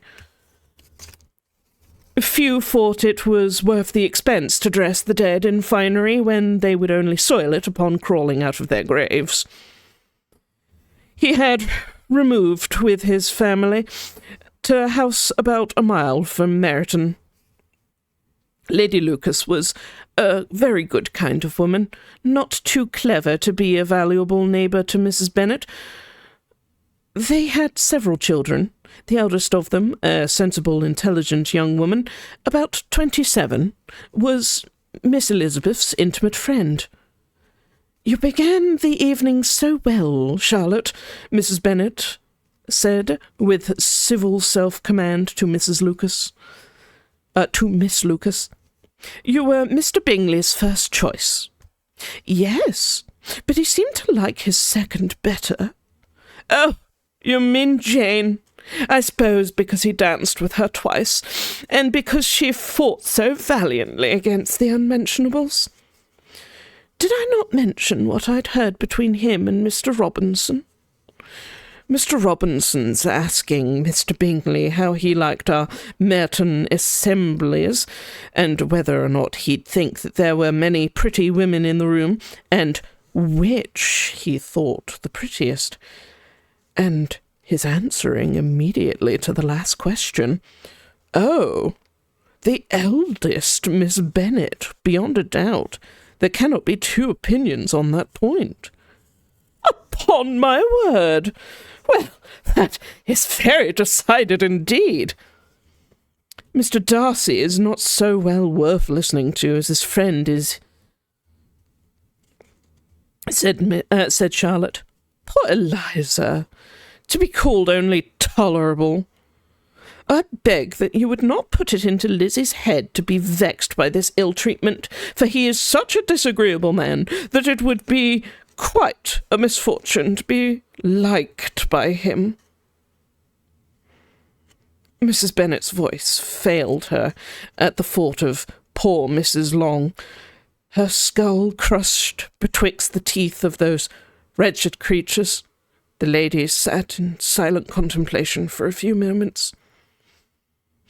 Miss Bingley told me, said Jane finally, that he never speaks much unless among his intimate acquaintances. With them, he is remarkably agreeable. His pride, said Miss Lucas, does not offend me so much as pride often does, because there is an excuse for it. One cannot wonder that so very a fine young man with family, fortune, and everything in his favour should think highly of himself. If I may express it, he has a right to be proud. Well, that is very true, replied Elizabeth, and I could easily forgive his pride if he had not mortified mine. I dare say I would have cut his throat had the unmentionables not distracted me from doing so. Pride, observed Mary, who piqued herself upon the solidarity of her reflections, is a very common failing. I believe, by all that I have ever read, that I am convinced that it is very common indeed. Elizabeth could not help herself but to roll her eyes at Mary as Mary continued. Vanity and pride are different things, though the words are often used synonymously. A person may be proud without being vain. Pride relates more to our opinion of ourselves, vanity to what we would have others think of us. At this point, Elizabeth let out a most palpable yawn.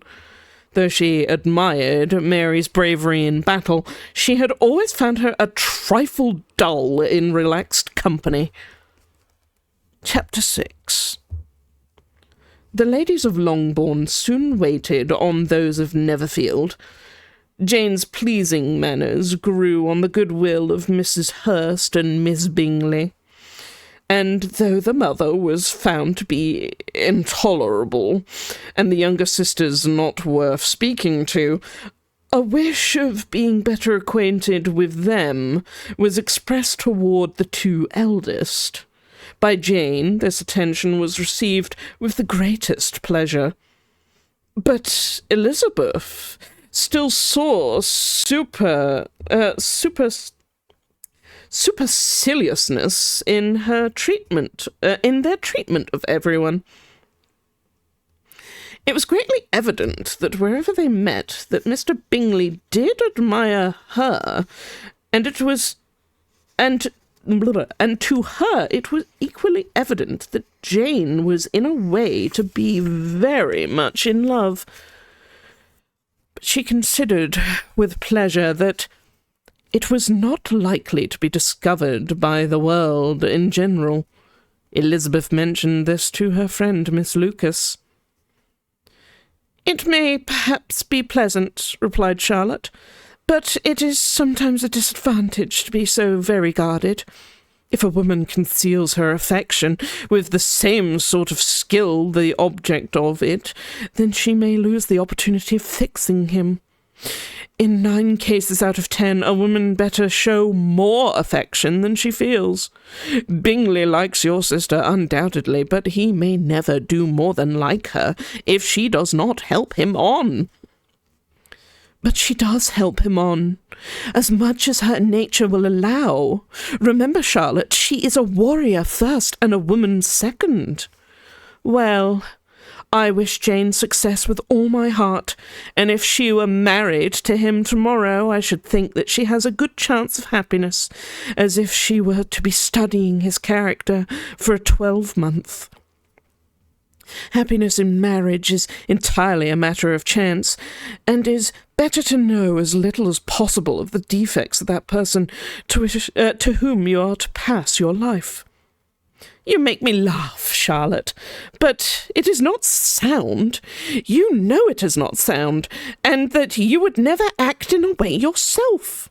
Remember, Elizabeth, I am not a warrior as you are. I am merely a silly girl of 27 years, and without a husband. Occupied in observing Mr. Bingley's attention to her sister, Elizabeth was far from suspecting that she was herself becoming an object of some interest in the eyes of his friend Mr. Darcy. At first scarcely allowed her to be pretty. He had looked at her without admiration in the hall, and when they next met, he looked at her only to criticize. But no sooner had he made it clear to himself and his friends that she hardly had a good feature on her face, than he began to find that it was rendered uncommonly intelligent by the beautiful expression of her dark eyes, and her uncommon skill with a blade. To this discovery succeeded some others equally mortifying, though he had detected more than one failure of perfect symmetry in her form. He was forced to acknowledge her figure to be light and pleasing, and her arms surprisingly muscular, though not so much as to diminish her femininity. He began to wish to know more of her, and as a step toward conversing with her himself, attended to her conversation with others. His doing so drew notice. It was at Sir William Lucas's, where a large party was assembled. "What does Mr. Darcy mean," said she to Charlotte, "by listening to my conversation with Colonel Forster? Oh, that's a question which only Mr. Darcy can answer. Well, if he does it any more, I shall certainly let him know that I see what he is about. I have not yet forgiven him for insulting my honour, and may yet have his head upon my mantle." Mr. Darcy approached soon afterward.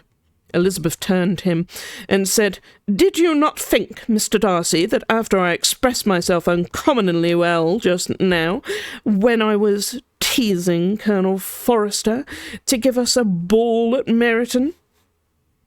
"With great energy, but balls are always a subject which makes a lady energetic. It depends on who's throwing them, Mr. Darcy." "Well," said Miss Lucas, her face suddenly flushed, "I'm going to open the instrument, Eliza, and you know what follows." "You're a strange creature, by the way of a friend, always wanting me to play and sing before anybody and everybody." Elizabeth's performance was pleasing, though by no means capital. After a song or two, she was eagerly succeeded at the instrument by her sister Mary, who, at the end of a long concerto, joined eagerly in dancing with her young sisters, some of the Lucases, and 2 or 3 of the officers, at one end of the room. Mr. Darcy stood near them in silent indignation at such a mode of passing the evening to the exclusion of all conversation, and was too much engrossed by his thoughts to perceive that that Sir William Lucas stood beside him till Sir William thus began. "What charming amusement for young people this is, Mr. Darcy." "Certainly, sir, and it has the advantage of also being in vogue among the less polished societies of the world. Every savage can dance. Why, I imagine even zombies could do it with some degree of success." Sir William only smiled, not sure how to converse with so rude a gentleman. He was much relieved at the sight of Elizabeth approaching. "My dear Eliza, why are you not dancing? Mr. Darcy, you must allow me to present this young lady to you as a desirable partner. You cannot refuse to dance, I'm sure, when so much beauty is before you." He took Miss Bennet's hand and presented it to Mr. Darcy, who was not unwilling to receive it. But she instantly drew back and said with some discomposure to Sir William, "Indeed, sir, I have not the least intention of dancing. I entreat you not to suppose that I moved this way in order to beg for a partner." Mr. Darcy, with grave propriety, requested the honour of her hand, but in vain. Elizabeth was determined. She looked archly and turned away.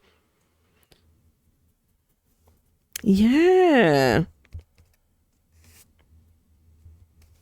We shall pause it there.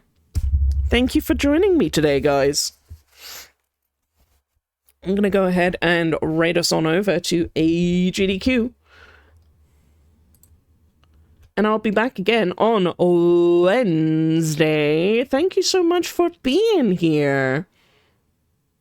Yeah. And, like, I'm not opposed to doing this again if you guys enjoyed this. Like, this might be a fun every now and then stream. Just pick a book and read it.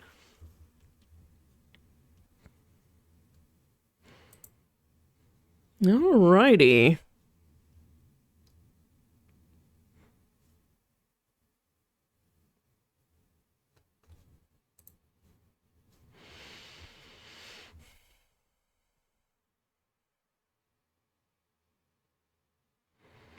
Let's see.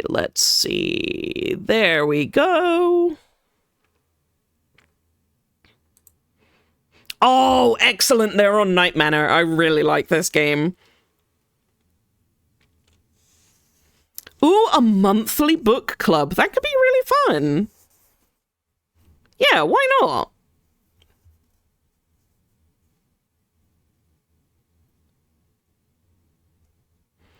Because, like, monthly is enough time to, like, not take up all the other streams that I want to do. It seems like fun.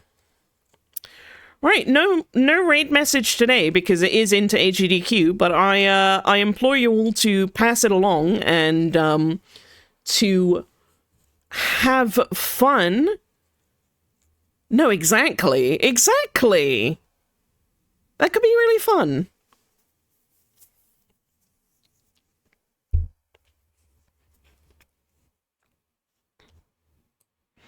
And yeah, I'll catch you guys again on Wednesday. I will let you all know what time on the socials and all of that.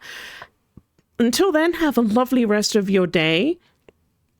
Have a happy rest of your time zone and enjoy GDQ, or enjoy whatever else you need to do today.